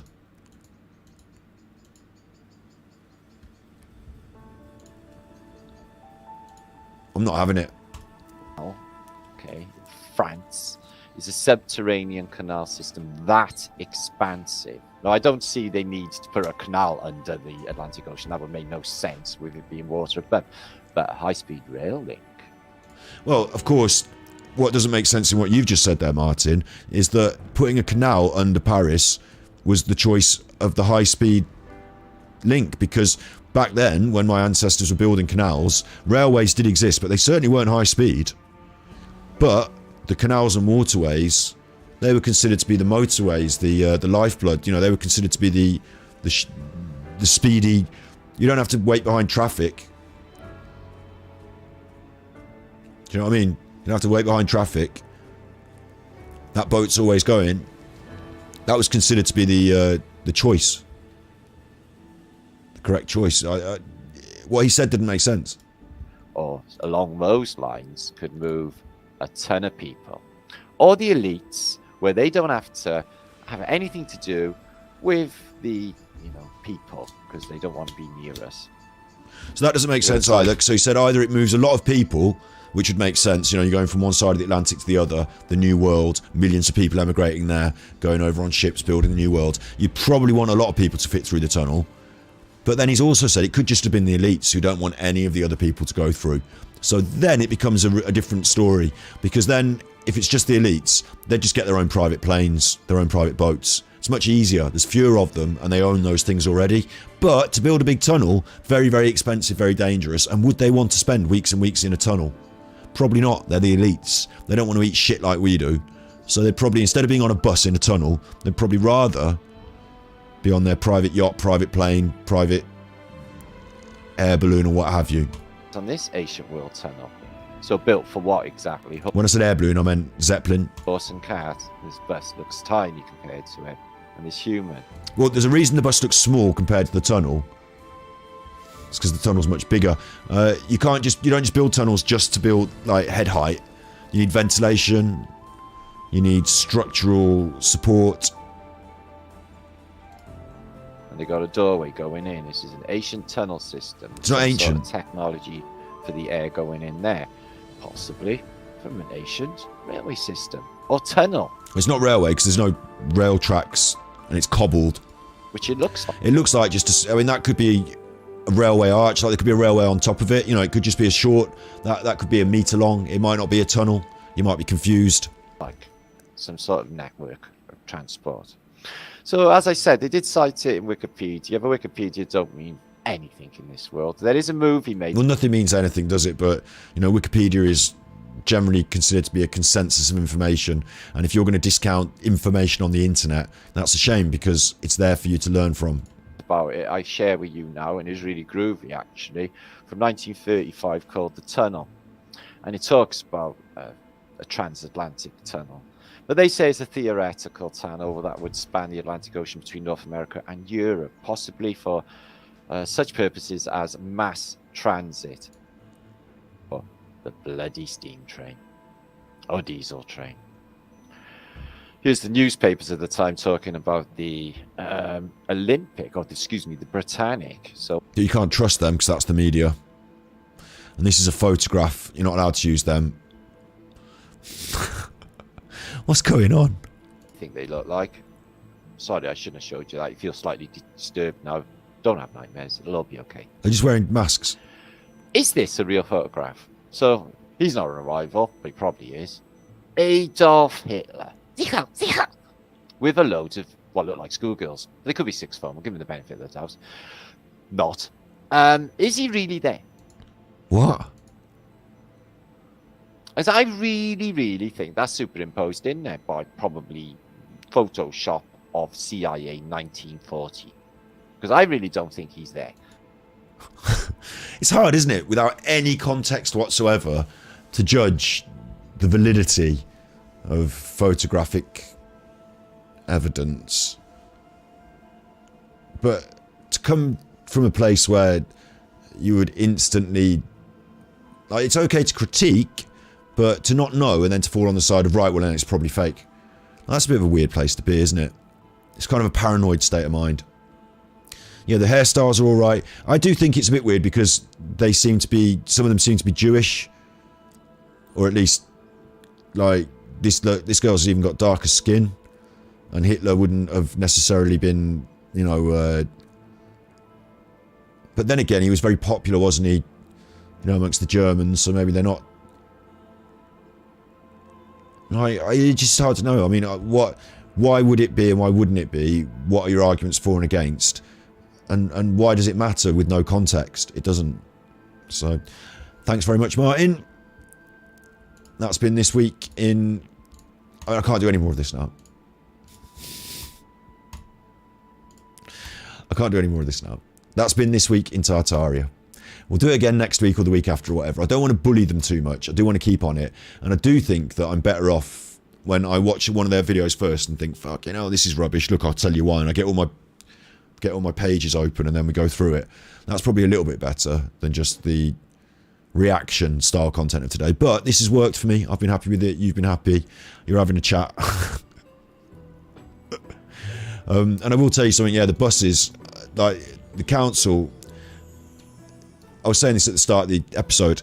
The Tory party will underfund the councils and then they'll point at the councils and say, well, they're not doing the job properly. The Tory party today, remember what I come back to, instead of being worried about whether we're used to dig holes under the Atlantic, instead of being worried about whether we used to dig holes under the Atlantic. The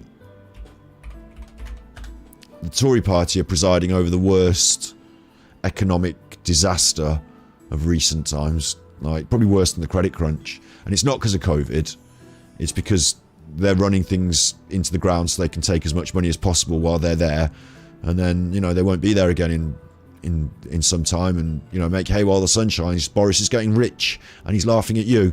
We're having strikes, we're having bins not collected, we've got people on ambulances.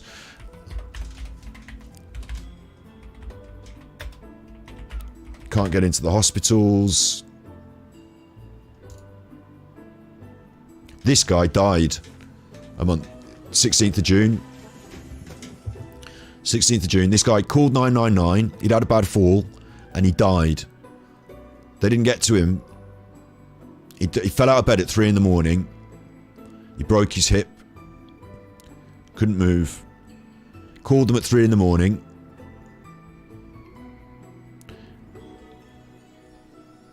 And he died. He died at 2:21 in the afternoon. He arrived at the hospital at 10 o'clock the next day.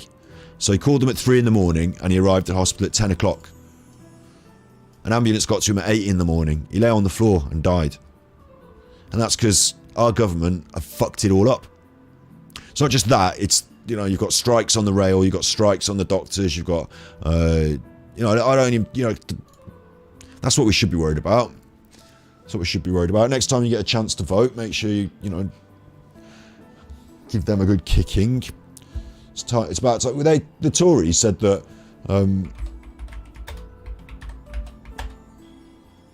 you know, Labour had fucked things up, and that they were going to like the Tories profited from Labour chaos in the 70s because Labour were in charge and there was bins piling up and strikes, and then Thatcher came in, didn't she, and, like, you know, sorted it all out. Well, that's what they say. That's the narrative. Well, why are they fucking it up now? Like, they said they shouldn't vote Labour because they will fuck it up. Well, they fucked it up. So that's what I'm saying. Take that as a message. Conjecture that. This has been The Week in Tartaria. I've been Scotty Hottie. I'll be back tomorrow when on our channel on YouTube, on this channel on YouTube, right? We are back tomorrow and we are doing our famous, now famous, I don't know why, I just said it is, so it is, Words with Friends. Where is it? There it is, that one. Famous Words with Friends. Last week we gave away 50 quid. Tomorrow there's a tenner in the kitty. I'm not that rich, I'm not made of money, but there's a tenner in the kitty.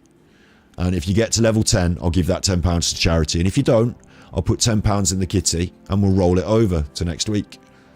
Words with Friends. Words on Stream, it's called. I call it Words with Friends, but it's called Words on Stream. I call it Words with Friends because I'm an idiot.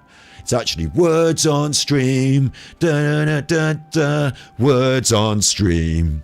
That's happening tomorrow. So you be good, my little puckos. And you tried to send me a tenner, you don't know how. The system... We are looking to get monetized. When this channel gets monetized, when I get 1,000 subscribers, we can start the club, we can start the stickers, we can do it all through YouTube, where you feel more comfortable. But I've got this, it's called coffee.com, and it's on screen at the moment. Tip me at coffee.com/Ganji. So this is my system at the moment. The reason I use this system is because it's like universal. I'm on different platforms. I'm on Twitch, I'm on YouTube, I'm on this, I'm on that. This is universal. Comes up on the screen when it happens. And what you can do, you have to go to this website and, like, you know, type in your details and use it. But once you've typed in your details, it's easy to use. And other streamers use it as well. What you can do here, you can do one time or monthly. Like, they're trying to set this up as like a Patreon where you can do rewards and levels. I'm keeping it simple. It's there. You can sign up to that and, you know, chuck me a few quid for a coffee, few tippies in the hat. That's the system there that I'm using. One of the reasons I use it is because it gives, like, if you use YouTube or Twitch, or you sign up to be a Twitch subscriber, I get half the money and Twitch take half. But on this, I get like 90% of the money and they take a much, much smaller cut. So they're much more fair to me on that front. So that's why I use this. I do understand there's a barrier to entry, which is you've got to go on the thing and fucking type it in and mess with it. But once you get used to it, it works. So it's there.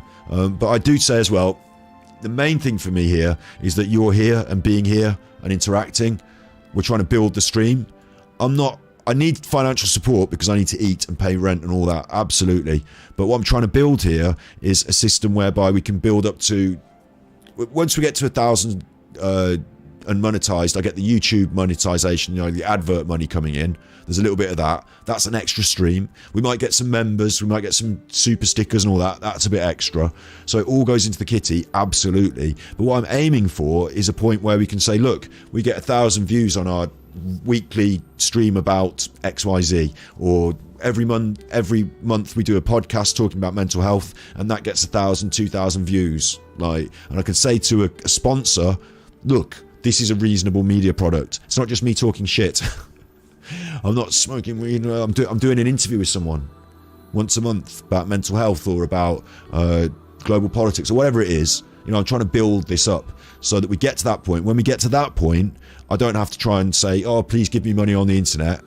I can say, thank you very much for watching the streams. That helps because now I've got a sponsor and they're going to give me what I would consider a working wage. They think it's a fair deal because they're getting views on the stream, that sort of thing. That's what I want to get up to. And then everything else is bonus. All your tippies, all your chippies, all your memberships. And of course, the bigger we are, the more bonus money there will be. And I use that to make the stream better. That's my plan. So at the moment, we're on the thin end of the wedge. It takes time. It takes hard work. And I really appreciate all your support, whether it just be being here or whether it be tippies. But I'm not here sort of grifting for tippies. The tippies go into making the thing better. They help me to eat. If I don't get any tippies at all on a month, I have a really tough month. But I'm prepared to go through the tough times. We've got links at the top of my channel. Are coffee tippies on the actual channel you're watching now. On the main page of it, there's links just above my head there. Coffee tippies is one of the links, so you can click it there. Patreon, if you want to give through Patreon. We used to use Patreon a lot more, using it less and less these days, but it's there and I still appreciate it. I still everything goes into a big kitty, a little bit of Patreon, a little bit of tippies, a little bit and I really appreciate it.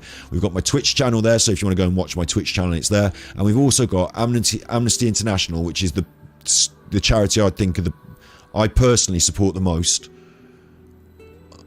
I just think it's important. There's a link to that. Have a look at that. And there's mind.org. If anyone's having struggles, there's a link to that on my page there as well. So it's not just about, watch me, look at me, tip me money. It's also about, let's spread some of this positivity in the world. Let's help people with their mental health. Let's help people who are not free to become free. And they're not making that comment about America and Roe Wade, because obviously they do a lot more than just talk about that here. But let's help people who are being oppressed to be free. Arms control, armed conflict, child rights. Let's talk about discrimination, freedom of expression, police violence. Let's talk about that. Maybe in the future we get onto some, at the moment I'm starting small. It's a little Words with Friends charity stream. It's trying to build up a conversational chat show on stream. And I really appreciate you being here, because without you being here, watching, supporting, subscribing, sharing, I don't put it on your shoulders to share it. I put that on the algorithms, but without that, we've got nothing. So at the moment, I'm just happy you're here. You're penniless. You're about to be very rich soon. That sounds good. You're